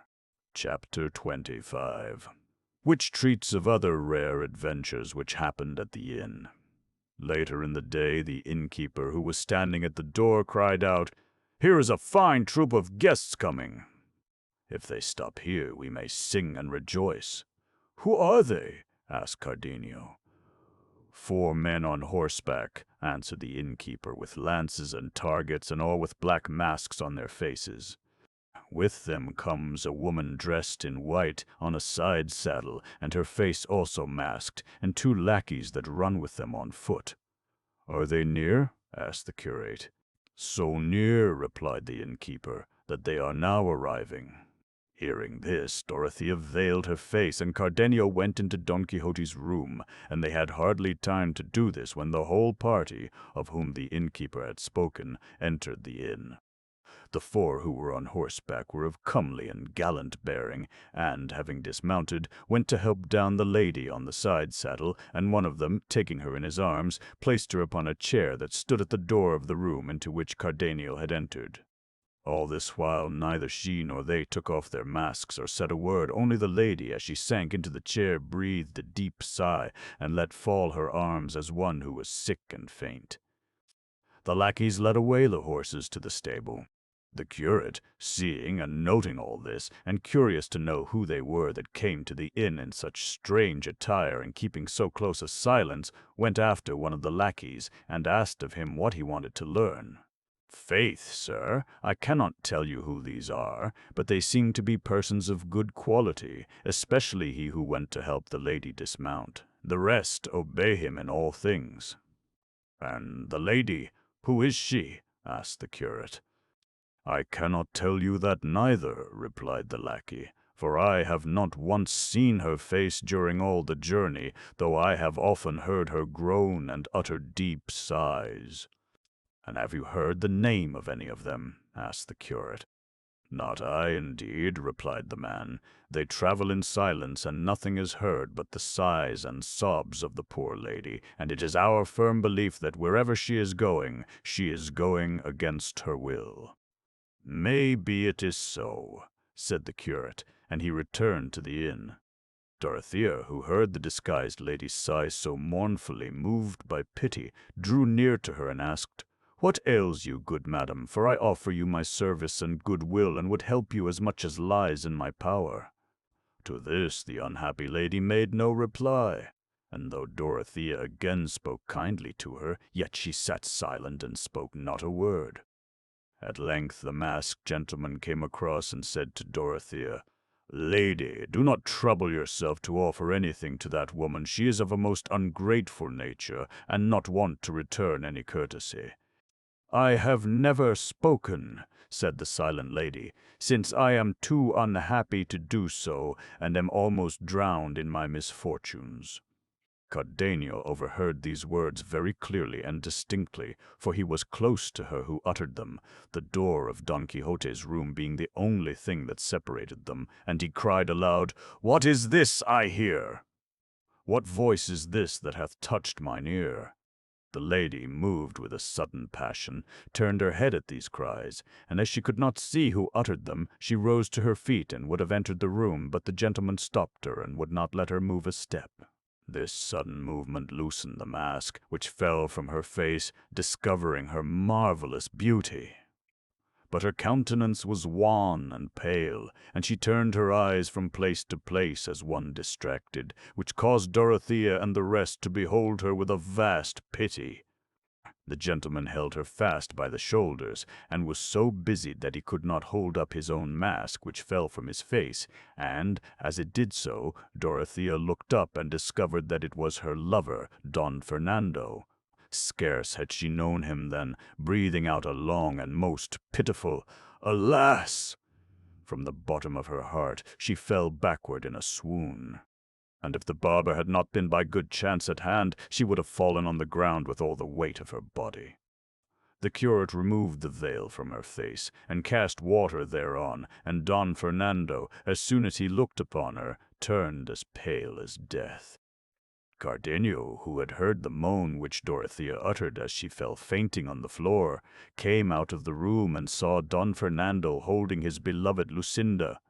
All of them held their peace and beheld one another, Dorothea looking on Don Fernando on Cardenio, Cardenio on Lucinda, and Lucinda on Cardenio. All stood dumb and amazed, as folk that knew not what had befallen them. Lucinda was the first to break the silence. "Leave me, Don Fernando," she cried, "for the sake of what is due to yourself. Let me cleave to the wall whose ivy I am, to his support from whom neither your threats nor your promises could part me." By this time Dorothea had come to herself, and seeing that Don Fernando did not release Lucinda, she arose, and casting herself at his feet, shed a flood of crystal tears as she thus addressed him. "If the sun of Lucinda's beauty hath not blinded thine eyes, know that she who is kneeling at thy feet is the hapless and miserable Dorothea.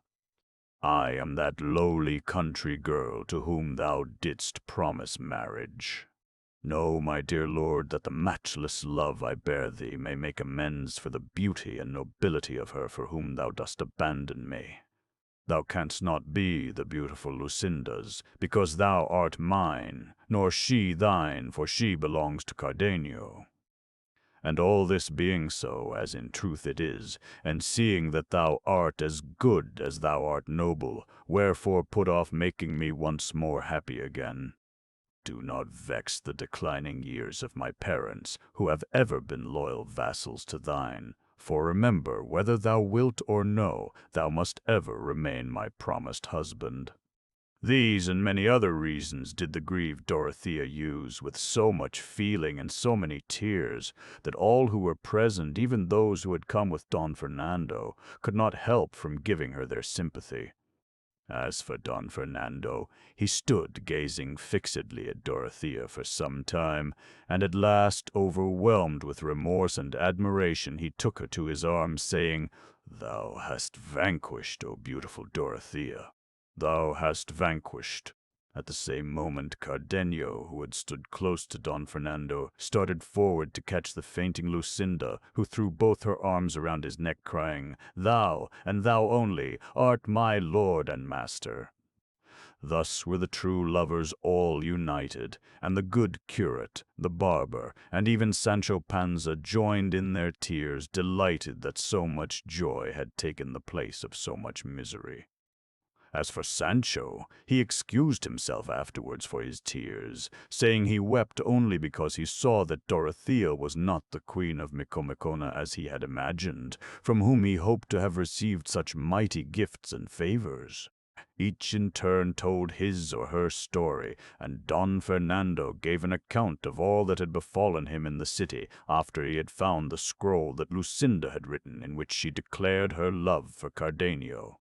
And it appeared that, the day after the interruption of the wedding, Lucinda had secretly departed from her father's house, and had fled no one knew whither, but within a few months Don Fernando had learned that she was in a certain convent, intending to remain there all the days of her life, if she could not pass them with Cardenio. As soon as he had learned that, choosing 3 gentlemen to aid him, he went to the place where she was. One day he surprised her walking with one of the nuns in the cloisters, and carried her off without giving her a chance to resist. From there they brought her to a certain village, where they disguised themselves, and so rode on until they came to the inn. But Lucinda, after she was in his power, did nothing but weep and sigh without speaking a word. Thus in silence and tears had they reached this inn, which to him and all of them would always remain the most beautiful place in the world, since it had seen the end of so many troubles, and brought him back to his own true love. Chapter 26, wherein is continued the history of the famous Princess Micomicona. Sancho gave ear to what he heard with no small grief of mind, seeing that all hopes of his earldom vanished away like smoke, and the fair Princess Micomicona was turned into Dorothea, whilst his master was sound asleep, careless of all that happened. Dorothea could not believe that the happiness she enjoyed was not a dream. Cardenio and Lucinda were of a similar mind, and Don Fernando was truly thankful that he was free from the dangerous path he had taken, which must have ended in loss of all honor and credit. In a word, all were contented and happy. The curate, like a man of sense, congratulated everyone on his good fortune, but she that kept greatest jubilee and joy was the hostess, because Cardenio and the curate had promised to pay all the damages done by Don Quixote. Only Sancho, as has been said, was unhappy and sorrowful, and thus he went with a melancholy face to his master, who was then just awaking, and said, "Your worship, Sir Knight of the Rueful Countenance, may well sleep on as long as you please, without troubling yourself to kill any giant or restore to the princess her kingdom, for all that is done and finished already." "That I well believe," replied Don Quixote, "for I have had the most monstrous and terrible battle with that giant that ever I had all the days of my life, and yet with one backstroke, swish, I tumbled his head to the ground, and his blood gushed forth, so that streams of it ran along the earth as if it had been water." "As if it had been red wine, your worship might have said," replied Sancho. "For I would have you know, if you do not know already, that the dead giant is no other than a ruined wine bag, and the blood 26 gallons of red wine." "What sayest thou, madman?" cried Don Quixote. "Art thou in thy right wits?"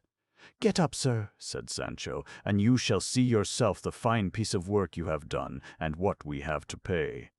"You shall behold the queen turned into a private lady called Dorothea, with many other things that may well astonish you." "I should marvel at nothing," replied Don Quixote, "for if thou rememberest right, I told thee the other time that we were here, how all that happened here was done by enchantment, and it would be no wonder if it were the same now." "I should believe it all," replied Sancho, "if my tossing in the blanket had been a thing of that sort, only it was not so, but very real and certain. And I saw the innkeeper, who is here to this day, hold one end of the blanket and toss me up to the sky with very good grace and strength, and as much mirth as muscle. And where it comes to knowing persons, I hold, though I may be a simpleton and a sinner, that there is no enchantment, but only bruising and bad luck." "Well," cried Don Quixote, "time will show, but give me my clothes, for I would see these wonders that thou speakest of for myself." Sancho gave him his clothes, and, whilst he was making him ready, the curate told Don Fernando and the rest of Don Quixote's mad pranks, and the plan he had used to get him away from the Brown Mountains, where he imagined he was exiled through the disdain of his lady. The curate told them further that since the good fortune of the Lady Dorothea prevented them carrying out their scheme, they must invent some other way of taking him home to his village. Cardenio offered to continue the adventure and let Luscinda take Dorothea's part. "No," cried Don Fernando, "it shall not be so, for I will have Dorothea herself carry out her plan, and if the good knight's home is not far from here, I shall be very glad to help in his cure." "It is not more than 2 days' journey," said the curate.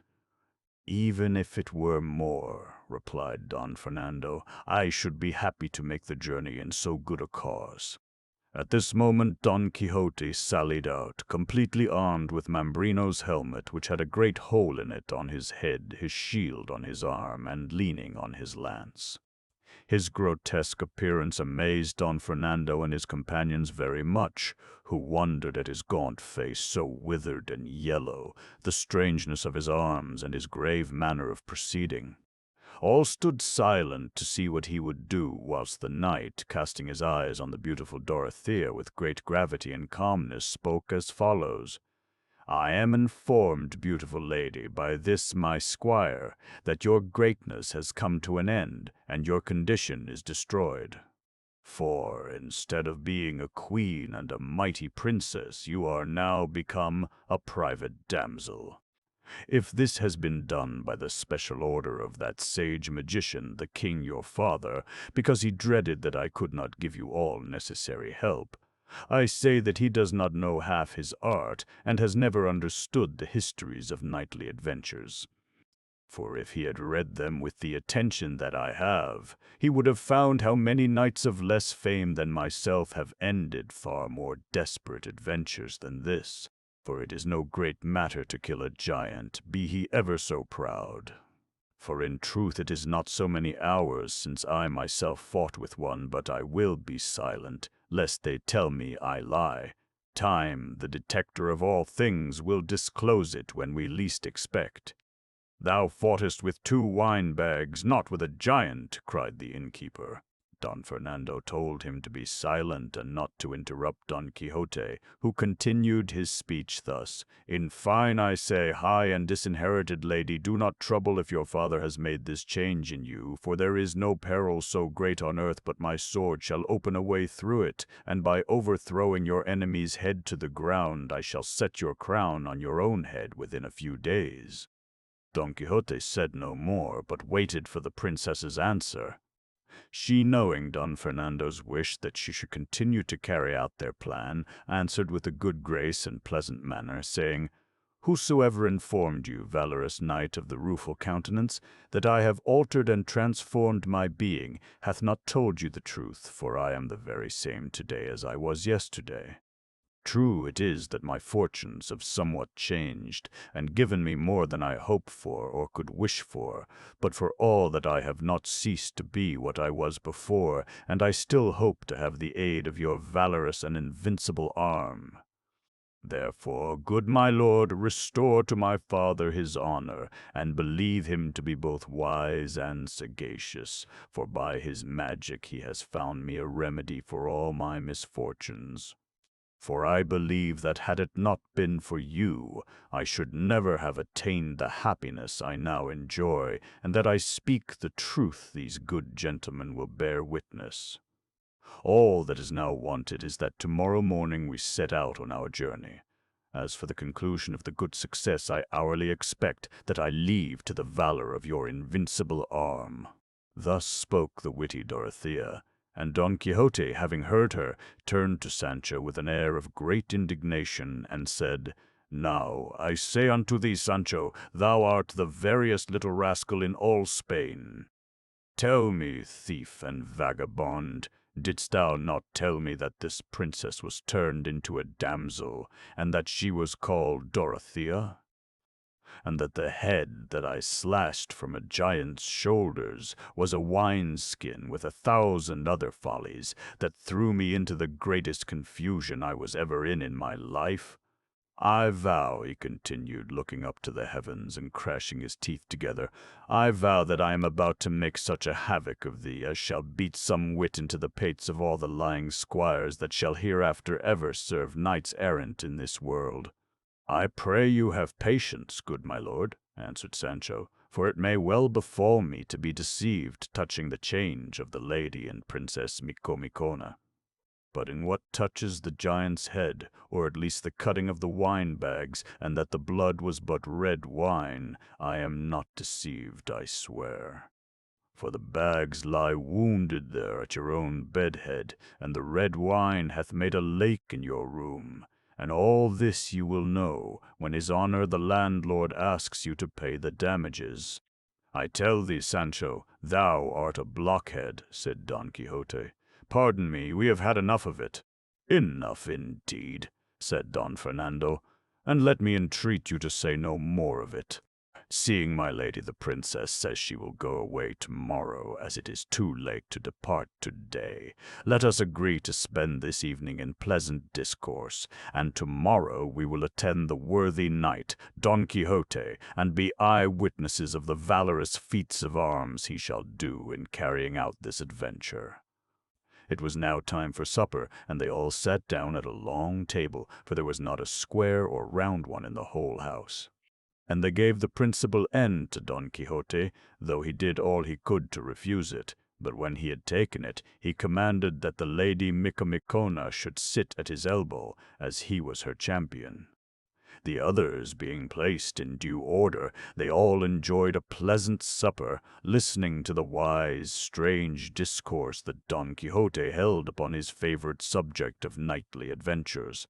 Chapter 27. Of the strange enchantment of the unfortunate knight. After supper it appeared that there were not sufficient rooms in the house for all the company, so the ladies retired to the best apartments, whilst the gentlemen sought rest where they could get it with the least discomfort.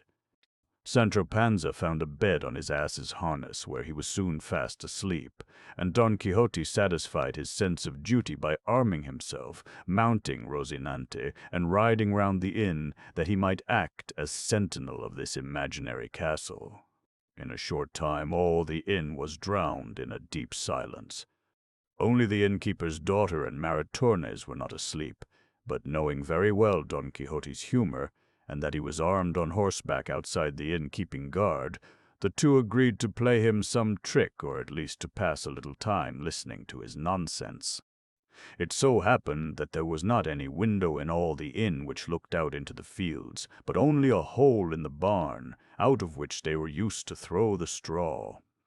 To this hole came the two damsels, and saw Don Quixote mounted and leaning on his lance, breathing forth ever and anon such doleful and deep sighs that it seemed as if each one of them would tear his very soul.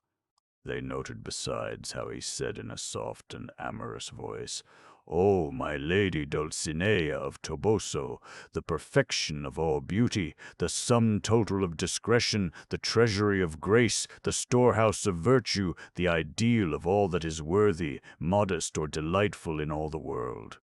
What might thy ladyship be doing at this present? Art thou perhaps thinking of thy captive knight who most readily exposeth himself to so many dangers for thy sake? Give me tidings of her, O thou moon.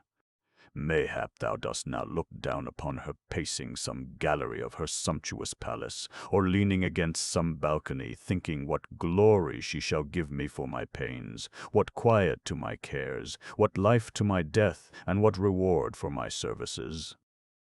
And thou, O son, who art even now busy saddling thy horses to set off betimes, and go forth and see my lady, I beseech thee when thou seest her to salute her on my behalf, but take care that thou dost not kiss her on her face, lest thou provokest my jealousy." So far the knight had proceeded when the innkeeper's daughter began to call him softly to her, saying, "Sir Knight, approach a little way, if you please." At this signal Don Quixote turned his head, and saw by the light of the moon, which shined then very clearly, that they beckoned him from the hole in the barn, which he imagined to be a fair window full of iron bars, gilded in costly fashion with gold, fit for so rich a castle as he imagined that inn to be. In a moment he believed in his strange fancy that the beautiful damsel, daughter to the lord of the castle, conquered by love of him, was come to have speech with him. In this fancy, and because he would not show himself discourteous and ungrateful, he turned Rocinante about and came over to the hole, and then, having beheld the two damsels, he said, "I take pity on you, beautiful lady, that you have fixed your love where it is not possible to find another's in return. Nor must you blame this miserable knight-errant, whom love hath wholly disabled from paying his addresses to any other than to her who at first sight became the lady of his choice. Pardon me, therefore, good lady, and retire yourself to your room, and be pleased to say no more to me, that I may not appear ungrateful to you. And if of the love you bear me you can find me any other way wherein I may serve you, demand it boldly, for I swear to pleasure you in this, even though my task be to bring you a lock of Medusa's hairs, which are all of snakes, or to capture the beams of the sun in a field of glass." "My lady needs none of these things, Sir Knight," answered Maritornes. "What doth she then want, discreet dame?" asked Don Quixote. "Only one of your fair hands," said Maritornes, "that she may fulfill the desire that brought her to this window with so great danger to herself, that if her lord and father knew of it, the least he would do would be to slice off her ear." "He had best beware of what he does," answered Don Quixote, "unless he would make the most disastrous end that ever father made in this world, for having laid violent hands on the delicate limbs of his amorous daughter." Maritornes had no doubt but that Don Quixote would give up his hand as he was requested, and having made up her mind what she would do, she went down into the stable and fetched out Sancho Panza's ass's halter. With this she returned again as quickly as possible, and came to the hole just as Don Quixote had set his feet upon Rocinante's saddle, that he might the better reach the barred windows at which he thought the love-sick damsel was standing. And as he stretched forth his hand to her, he cried, "Hold, lady, this hand, or, as I may better say, this scourge of evildoers. Hold, I say, this hand, which no other woman ever touched before, not even she herself who holds entire possession of my whole body. Nor do I give it to you to the end that you should kiss it, but that you may behold the strength of the sinews, the knitting of the muscles, the large and swelling veins, whereby you may learn how mighty is the force of that arm to which such a hand is knit." "We shall see that presently," said Maritornes. And then, making a running knot in the halter, she cast it on the wrist of his hand, and, coming down from the hole, she tied the other end of the halter very fast to the bolt of the hayloft door. Don Quixote, feeling the roughness of the halter about his wrist, said, It seems that you rather rasp than clasp my hand, but yet I pray you not to handle it so roughly, seeing it is in no fault for what you suffer from my inclinations.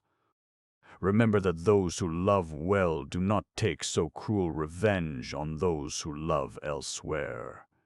But nobody gave ear to those words of Don Quixote, for, as soon as Maritornes had tied him fast, she and the other, almost bursting with laughter, ran away and left him fastened in such a manner that it was not possible for him to loose himself.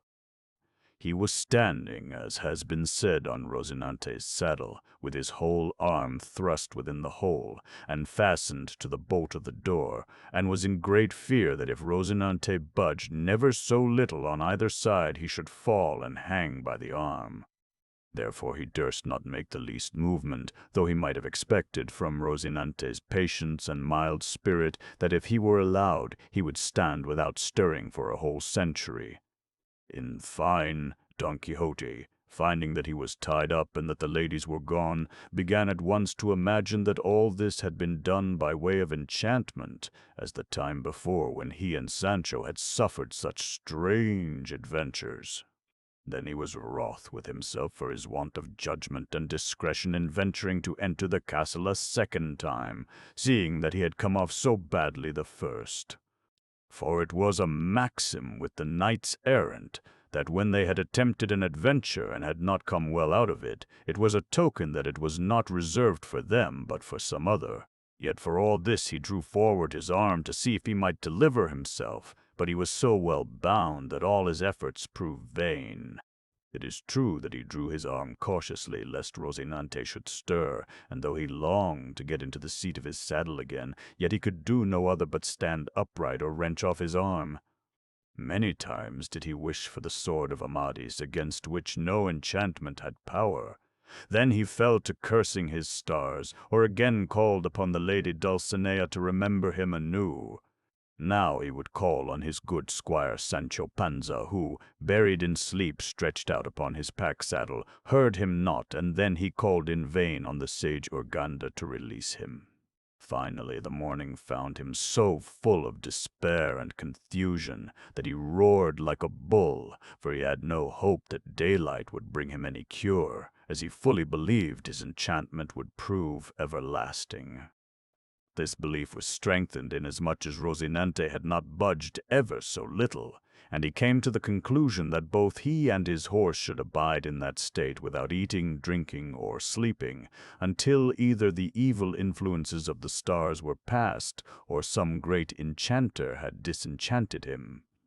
In this he was deceived, for scarce did day begin to peep than there arrived 4 horsemen at the inn door, with firelocks on their saddle-bows, who were officers of the Holy Brotherhood.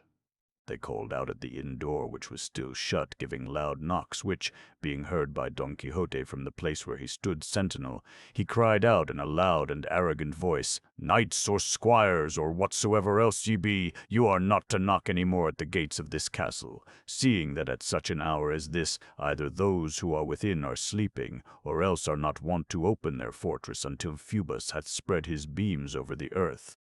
Therefore stand back and wait until it be clear day, and then we will see whether it be just or no that they should open their gates unto you."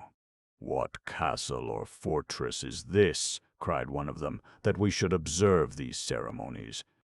If thou beest the innkeeper, command that the door be opened, for we are travellers that will tarry no longer than to bait our horses and away, for we ride post-haste." "Doth it seem to you, gentlemen," said Don Quixote, "that I look like an innkeeper?"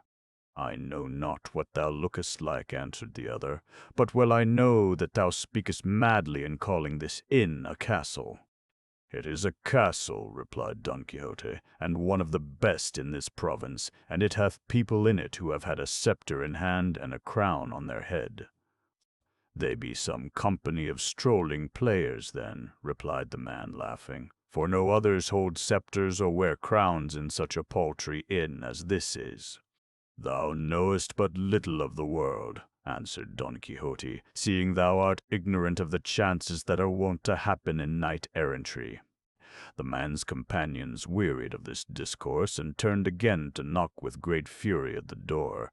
And this time they not only waked the innkeeper, but also all the guests, and the former arose to demand their pleasure. In the meantime it happened that one of the horses on which they rode came sniffing round Rosinante, who stood melancholy and sad, with his ears down, bearing up his outstretched master. But being after all an animal of a friendly disposition to his own kind, he could not refrain from turning round to sniff at him who came towards him.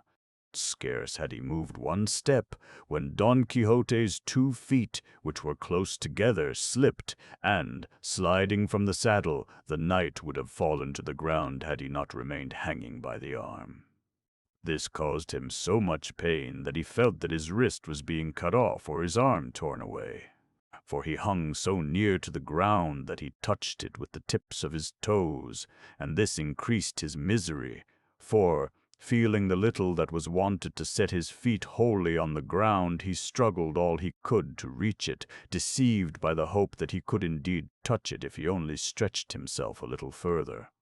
Chapter 28, wherein is continued the wonderful adventures at the inn. While Don Quixote hung suspended between heaven and earth, his outcries were so terrible that the innkeeper ran to the door and opened it hastily and in great fright to see who it was that roared so loud. Maritornes, whom the cries had also awakened, guessing what it was, ran to the hayloft and, unseen by anyone, loosed the halter that held up Don Quixote, and he fell at once to the ground in the sight of the innkeeper and the 4 travelers, who, coming up to him, asked him what ailed him. He, without any answer, slipped the halter from his wrist, and, rising to his feet, leaped on Rosinante, braced on his shield, couched his lance, and, wheeling round the field, rode back at a hard gallop, crying out, "Whosoever shall dare to say that I have been with just title enchanted, if my lady, the Princess Micomicona, will give me leave to do it, I say that he lies, and I challenge him to single combat." The travelers were amazed at his words, but the host told them that they must not mind him, for he was out of his wits. When Don Quixote saw that none of the 4 travelers made any account of him or answered his challenge, he was ready to burst with wrath and fury, and could he have found that a knight-errant might lawfully accept and undertake another enterprise, having plighted his word and faith not to attempt any until he had finished that which he had first promised, he would have fallen upon them all and made them give him an answer in spite of themselves. Those in the inn were now fully aroused, and had come with the innkeeper to see the new arrivals. Whilst they were talking to the 4 travelers, in the big room where they had supped, they heard a noise outside, the cause of which was that some dishonest guests, who had stayed there that night, seeing all the people busy to know the cause of the 4 horsemen coming, had thought to escape scot-free without paying their reckoning. But the innkeeper, who attended his own affairs with more diligence than other men's, stopped them going out and demanded his money, upbraiding their dishonest conduct with such words, that they returned him an answer with their fists, and this they did so roundly that the poor innkeeper was compelled to cry for help. His wife and his daughter, seeing Don Quixote standing by, cried out to him, "Help, Sir Knight! Help my poor father, whom 2 wicked men are thrashing like a bundle of corn." To this Don Quixote answered leisurely and with great gravity, "Beautiful damsel, your prayer cannot at the present time be granted, for I am not permitted to engage in any new adventure until I have finished the one I have promised to carry through. And all that I can now do in your service is what I now say to you. Run unto your father, and bid him continue and maintain his battle manfully until I demand leave of the Princess Micomicona to help him out of his distress. For if she will give me leave, you may make sure that he will be delivered." "As I am a sinner," cried Maritornes, who was standing by, "before you get that leave you speak of, my master will be in the other world." "Permit me but to get the leave I speak of," replied Don Quixote, "and it matters not whether he be in the other world or no, for I would bring him back again in spite of the other world itself, or at least I will take such a revenge on those that sent him there, that you shall be well content." Without saying more, he went in and fell on his knees before Dorothea, demanding her in knightly and courtly phrases that she would give him leave to go and aid the constable of the castle, who was then plunged in deep distress. The princess granted him leave very willingly, and instantly buckling on his shield and laying hands on his sword, he ran to the inn door where the two guests were still fighting with the innkeeper. But as soon as he arrived, he stopped and stood still, although Maritornes and the hostess asked him twice or thrice the cause of his delay in assisting their master and husband. "I delay," said Don Quixote, "because it is not permitted me to lay hands to my sword against squire-like men who are not dubbed knights. But call me here my squire Sancho, for this defense and revenge belong to him as his duty." All this took place outside the inn door, where fists and blows were given and taken, much to the innkeeper's cost, and to the rage and grief of Maritornes and the hostess and her daughter, who were like to run mad on seeing Don Quixote's cowardice and the mischief their master, husband, and father was enduring. However, though the laws of knighthood hindered Don Quixote from fighting, he soon persuaded the guests, by his wise reproofs of their conduct, to leave the innkeeper alone, and pay him what was owing by them, and all would have been at peace in the inn if another traveler had not arrived there at this moment. This was none other than the barber from whom Don Quixote took away the helmet of Mambrino, and Sancho Panza the harness or furniture of the ass, whereof he made an exchange of his own. And while the barber was leading his beast to the stable, he caught sight of Sancho Panza mending some part of the pack-saddle, or panel as it was called. As soon as he had eyed him, he knew him, and at once set upon Sancho, saying, "Ah, sir thief, here I have you. Give up my basin and my panel with all the trappings you stole from me." Sancho, finding himself attacked so suddenly, laying fast hold of the panel with one hand, with the other gave the barber such a buffet that he bathed his teeth in blood. But for all that the barber held fast his grip of the panel, and cried out so loud that all within the house came to the noise and scuffle. "Help here, in the name of the king and justice," shouted the barber. "For this thief and robber by the highways goeth about to kill me because I seek to get back my own goods."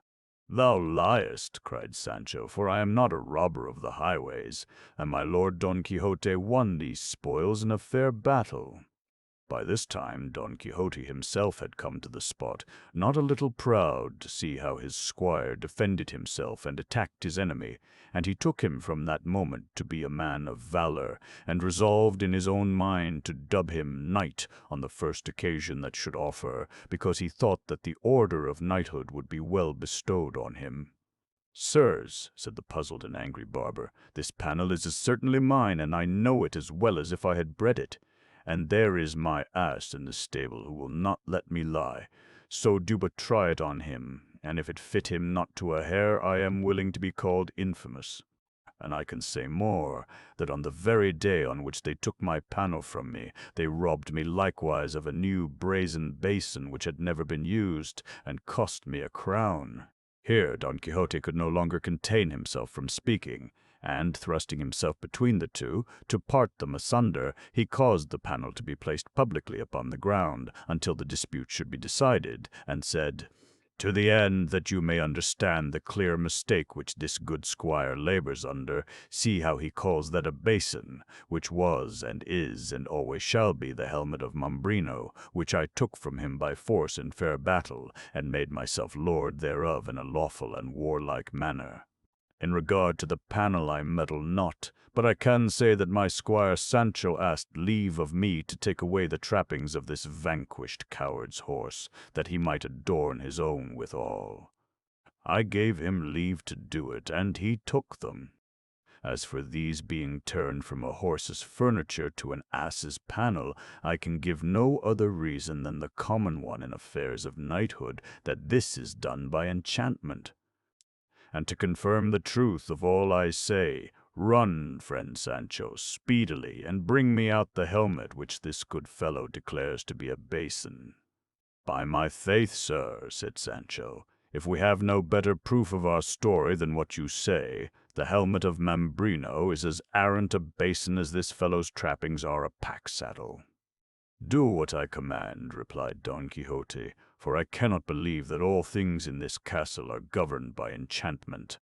Sancho went for the basin and brought it, and as soon as Don Quixote saw it, he took it in his hands and said, "See, sirs, with what face can this impudent squire declare that this is a basin, and not the helmet that I have mentioned? I swear to you by the order of knighthood which I profess, that this is the very same helmet which I won from him, without having added or taken anything from it." "There is no doubt of that," said Sancho, "for, since the time my lord won it until now, he never fought but one battle with it, when he delivered the unlucky chained men. And but for his basin, I mean helmet, he had not escaped so free as he did, so thick a shower of stones rained all the time of that battle." Chapter 29, wherein is finally decided the dispute about Mambrino's helmet and the panel. "Good sirs," cried the barber, "what do you think of those who will contend that this is not a basin but a helmet?" "He that shall say the contrary," said Don Quixote, "I will make him know that he lies if he be a knight, and if he be but a squire, that he lies and lies again 1,000 times." The barber Nicholas, Don Quixote's friend, who was then with the rest, had a mind to carry the jest further and make them all laugh, so, speaking to the other barber, he said, "Sir Barber, or whoever you are, know that I am also of your profession, and have held a certificate for more than 20 years, and I know all the instruments of a barber's art well. Moreover, in my youth I was a soldier, and I know what a helmet is like, and a morion, and a casque, and other kinds of soldiers' arms. And therefore I say, always subject to better opinion, that this good piece which is laid here before us, and which this good knight holds in his hand, not only is not a barber's basin, but is as far from being one as white is from black. It is a helmet, though, as I think, not a complete helmet." "No, truly," said Don Quixote, "for it wants the half, namely the lower part and the visor." "That is true," said the curate, who understood his friend's intention, and Cardenio, Fernando, and his companions fell in with this design. "Lord a mercy!" cried the poor barber, half beside himself. "Is it possible that so many honorable men should say that this is no basin but a helmet? It is a thing to strike with amazement a whole university, be they never so wise.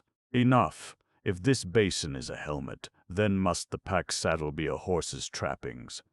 "To me it looks like a pack-saddle," said Don Quixote, "but I have already said I do not meddle with that matter." "Whether it be a panel or not," said the curate, "it is but for Don Quixote to say, for in these matters of knighthood all these gentlemen and myself bow to his knowledge." "Sirs," said Don Quixote, "so many and strange are the things that have befallen me in this castle, these 2 times I have lodged here, that it would be rash in me to pronounce a judgment in the matter.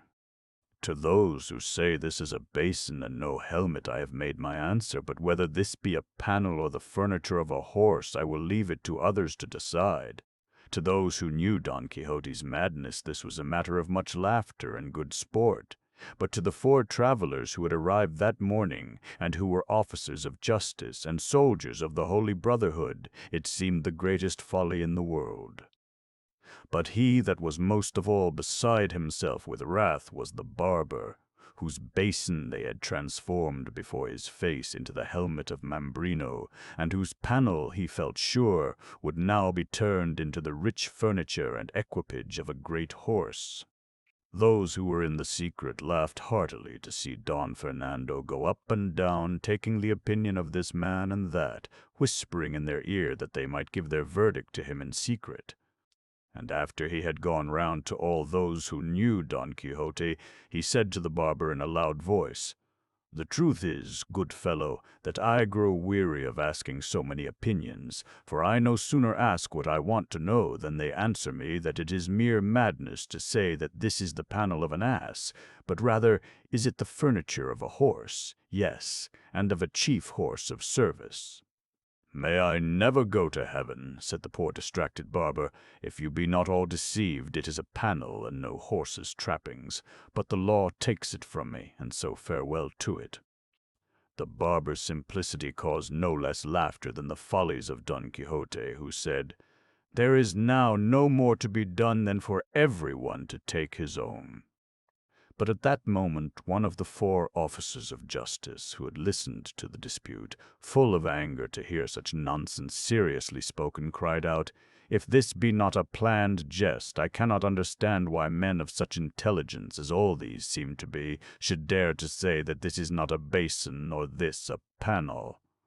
For indeed it is as very a panel as my father is my father, and he that hath said or will say anything else must be drunk.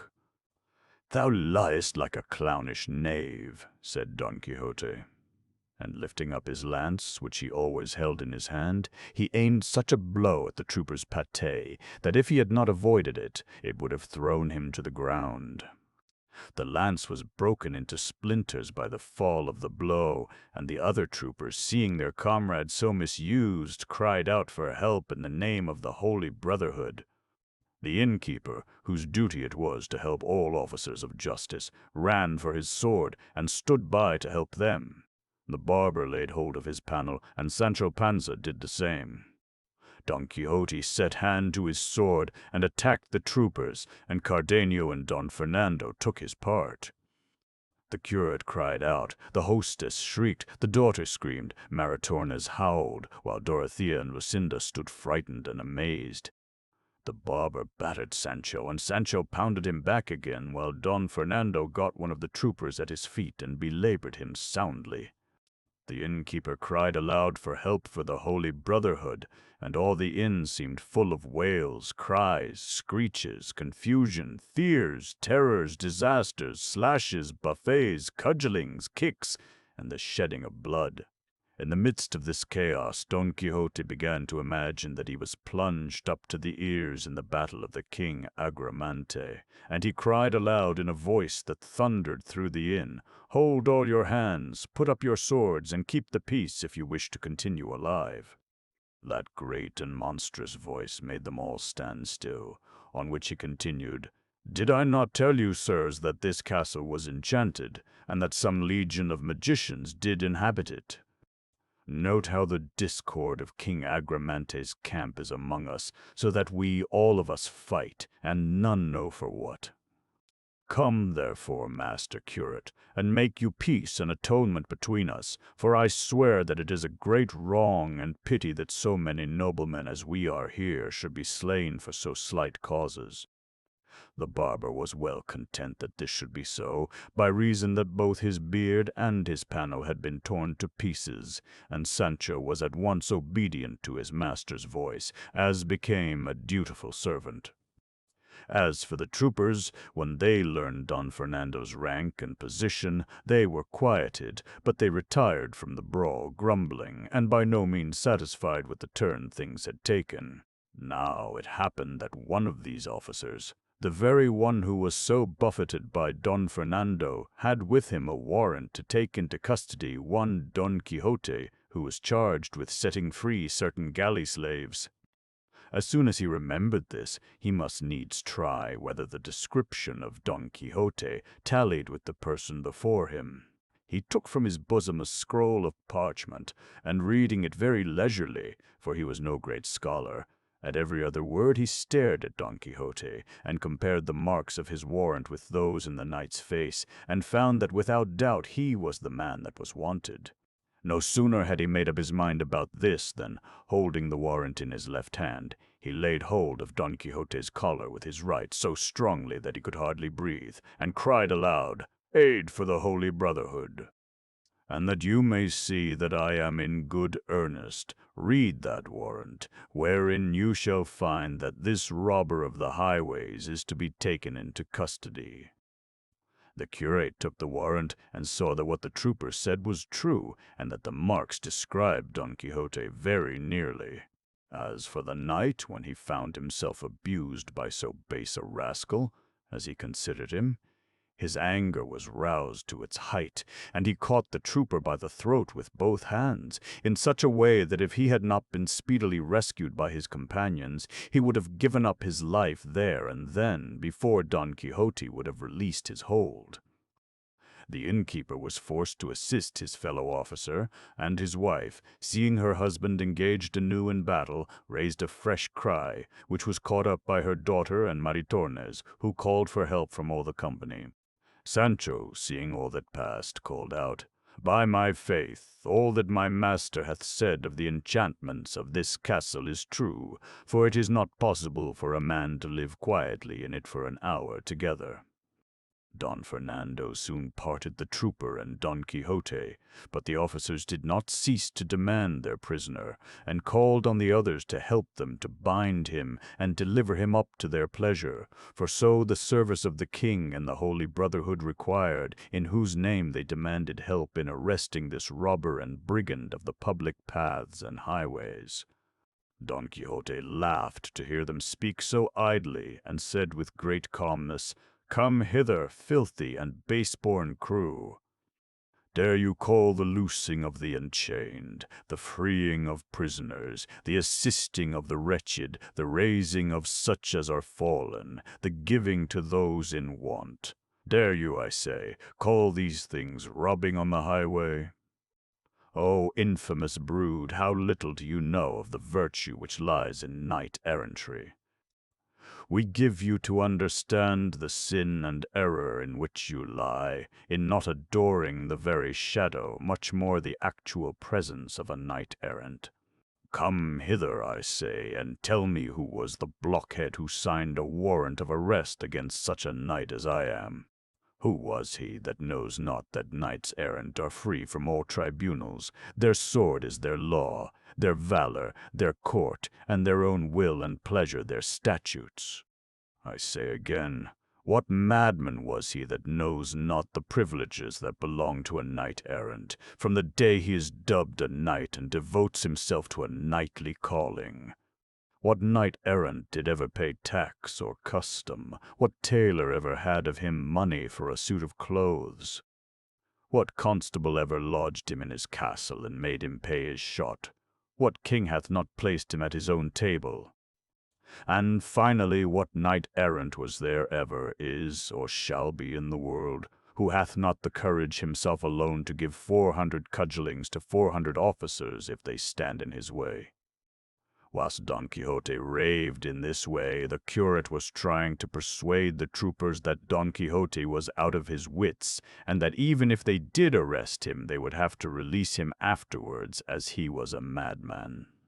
"Indeed," said the curate, "you must not take him, nor do I believe that he will let himself be taken." The officers were with difficulty persuaded to this view, but they had seen enough of Don Quixote to convince them of his madness, and in the end they agreed that it was better the curate should endeavor, as he proposed, to take him to his home, than that they should arrest him at the risk of their lives. The dispute between Sancho and the barber was now easily settled, for there was very little left of the panel for Sancho to keep, and the curate, without Don Quixote knowing anything of it, gave the barber 8 reals for the price of his basin, so that they should hear nothing further of the dispute of Mambrino's helmet. Chapter 30, in which is finished the notable adventures of our good knight. The curate and Don Fernando now took the innkeeper aside and settled all his claims against Don Quixote, for he had sworn that neither Rocinante nor Sancho's ass should stir from the inn until he was paid to the last farthing. As for Don Quixote, as soon as he found himself free from all the quarrels by which he had been surrounded, he held it high time to begin his voyage and bring to an end the great adventure unto which he was called and chosen. Therefore, having made up his mind to depart, he went and cast himself upon his knees before Dorothea and said, "I cannot but think, high and worthy lady, that our abode in this castle is nothing profitable, and may turn out to our disadvantage. For who knows but that your enemy the giant hath learned by spies or other secret means how I intend to come and destroy him, and he may by now have fortified himself in some impregnable castle or fortress, against the strength of which even the force of mine invincible arm will be of little use. Therefore, dear lady, let us by our diligence hinder his plans, and let us depart to the place where fortune calls us." Don Quixote said no more, but awaited the answer of the beautiful princess, who, with a lordly air and in a style not unworthy of Don Quixote himself, replied as follows: "I thank you, Sir Knight, for the desire you show to assist me in this my great need, and I trust your desires and mine may succeed, that I may show you that there are some thankful women on earth. As for my departure, let it be as you wish, for I have no other will than that which is yours. Therefore dispose of me at your own pleasure, for she that hath once given the defence of her person unto you, and hath put into your hand the recovery of her estate, ought not to seek to do any other thing but that which your wisdom shall suggest." "Let our departure, then," said Don Quixote, "be immediate. Saddle me Rocinante, Sancho, and get ready your ass and the queen's palfrey, and let us take leave of the constable and these other lords and depart instantly." Sancho, who was present at all this, stood wagging his head from side to side, and said, "Oh, my lord, how much more knavery is there in the little village than is talked of? What can be noised abroad in any village or in any of the cities of the world to my discredit, villain?" asked his master angrily. "If you are angry," said Sancho, "I will hold my tongue and omit to say that which by the duty of a good squire and an honest servant I am bound to tell you." "Say what thou wilt," said Don Quixote, and he waited to hear what his squire had to say. "What I mean," continued Sancho, "and what I hold for most sure and certain is, that this lady, who calls herself queen of the great kingdom of Micomicona, is no more a queen than my mother. For if she were what she says, she would not at every corner be billing and cooing with one that is in this good company." Dorothea blushed at Sancho's words, for it was true indeed that her lover Don Fernando had sometimes on the sly gathered from her lips the reward of his affections. She was neither able nor willing to answer Sancho a word, but let him go on with his speech, which he did as follows: "This I say, good my lord, to this end, that if after we have travelled highways and byways and endured bad nights and worse days, he that is in this inn," and Sancho looked knowingly at Don Fernando, "shall marry our princess and get the fruits of your labours, there is no need to hasten, methinks, to saddle Rocinante, or harness Dapple, or make ready the palfrey, seeing it would be better that we stayed still and looked after our dinner." You may imagine how great was the fury that inflamed Don Quixote when he heard his squire speak so rudely. It was so great that, with a shaking voice, a faltering tongue, and the fire sparking out of his eyes, he said, "O villainous peasant, rash, unmannerly, ignorant, rude, foul-mouthed backbiter and slanderer! Darest thou utter such words in my presence and in that of these noble ladies? Hast thou dared to entertain such rash and stupid fancies in thy muddled imagination? Out of my sight, monster of nature, storehouse of untruth, armory of falsehood, sink of roguery, inventor of villainy, publisher of ravings, enemy of the respect due to royal persons. Away, villain, and never more appear before me on pain of my wrath." So saying, he bent his brows and glared around on every side as he struck a mighty blow upon the ground with his right foot. And at these words and furious gestures poor Sancho was so greatly frightened that he could have wished in that instant that the earth opening under his feet would swallow him up. But the witty Dorothea, who now understood Don Quixote's humor perfectly, to appease his anger spoke to him thus: "Be not offended, good Sir Knight of the Rueful Countenance, at the idle words your good squire hath spoken. for perhaps he hath not said them without some ground, and we cannot suspect from a man of his good understanding that he would knowingly slander or accuse anyone falsely. And therefore we must believe that without doubt, as you have yourself said, Sir Knight, in this castle all things are subject to enchantment, and it might well happen that Sancho may have been deceived by some wicked illusion." "I vow," cried Don Quixote, "that your highness has hit the truth, and that some evil vision appeared to this sinner, my man Sancho, that made him see things that he could not have seen unless by enchantment. For I also know very well that the great goodness and simplicity of the poor wretch is such that he knows not how to invent a lie on anybody living."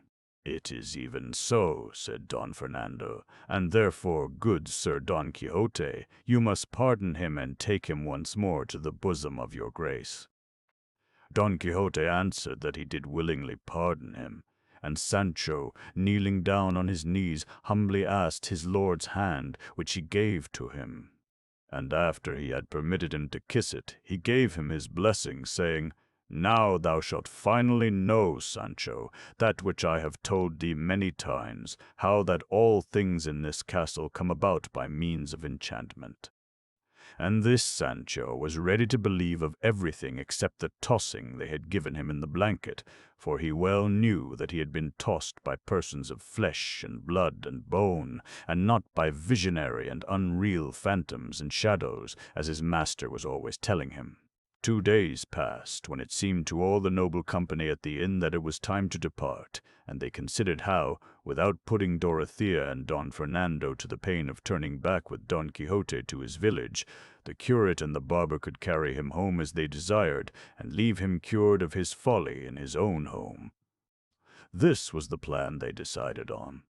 They made a bargain with a wagoner, who chanced to pass by that way with a team of oxen, to carry him in the following manner.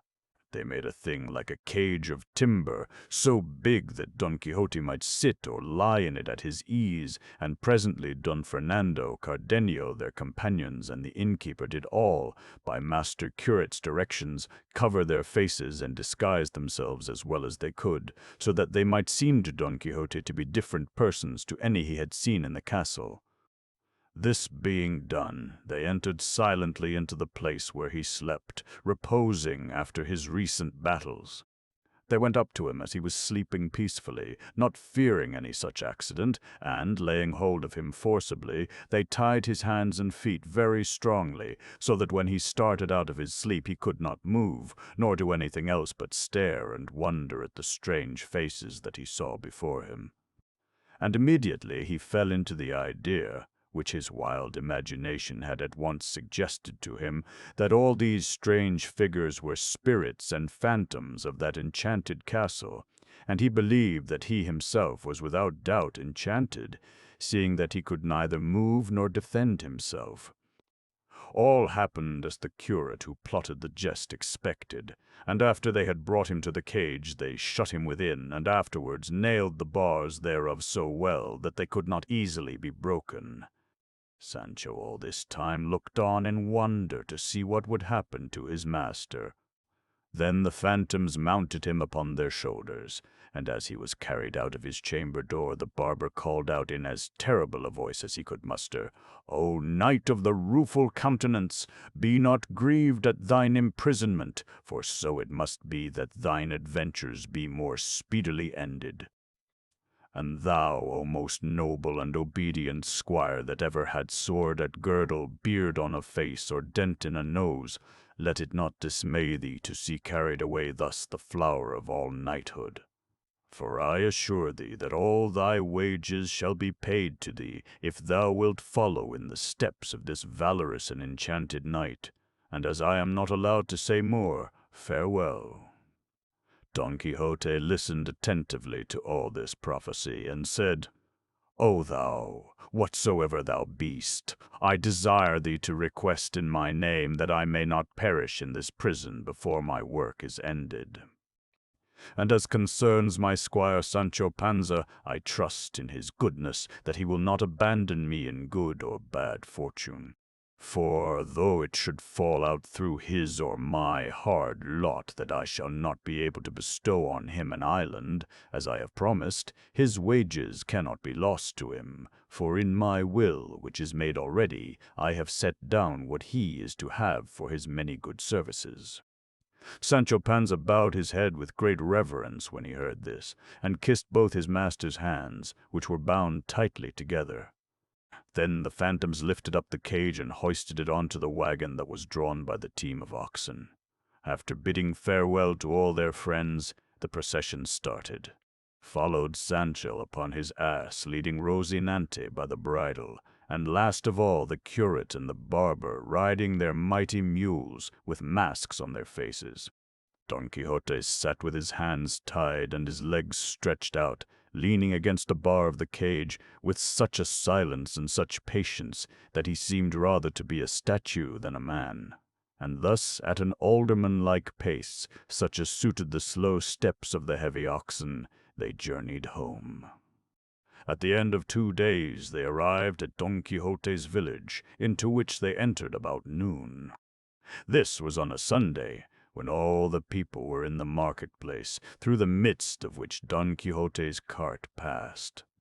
All drew near to see what was in it, and when they knew their neighbor they were greatly astounded. A little boy ran home before to tell the old woman and the niece that their lord and uncle was returned. It would have moved one to pity to have heard the cries and lamentations the 2 good women made, and the curses they poured out against all books of knighthood when they saw Don Quixote enter the gates of his own house again in so strange a carriage. Sancho Panza's wife, when she heard of his return, ran forward to meet her husband, and the first question she asked was whether the ass were in health or no. Sancho answered that he was come in better health than his master. "Tell me, then," cried his wife, "what profit hast thou reaped by this squireship? What petticoat hast thou brought me home? What shoes for the little boys?" "I bring none of these things, good wife," replied Sancho, "though I bring things better thought of and of greater moment." "I am glad of that," said his wife, "for I should like to see them, to the end that my heart may be cheered, which hath been swollen and sorrowful for so long, all the time of thine absence." "Thou shalt see them at home," said Sancho, "therefore rest satisfied.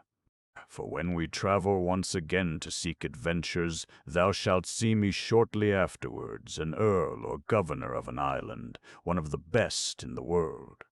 "I pray that it may be so," replied his wife, "but what means that island, for I understand not the word?" "Honey is not made for the ass's mouth," said Sancho, "but thou shalt know all in good time.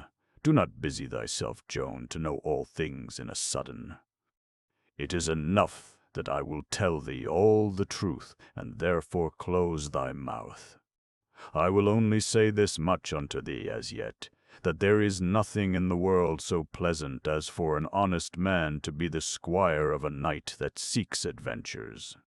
Now, if I were to tell you that Don Quixote got quite well and lived quietly at home after all these adventures, and never went abroad again, I should tell you what is not true.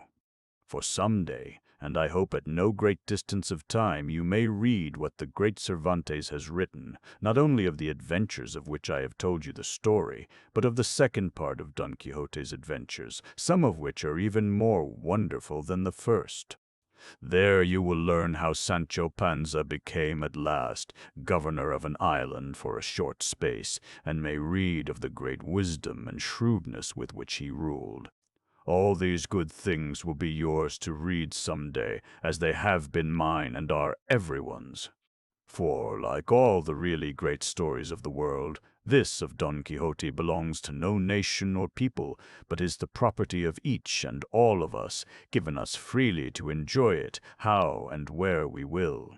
And from the humor and wisdom of such books we may become brighter and better ourselves. So that when I wish that you may be able to love and honor all such books, and to read this one as Cervantes wrote it, and with the care it deserves to be read, it is the best wish I can give you. and indeed to wish you the gift of understanding it is the same thing as wishing you a happy life.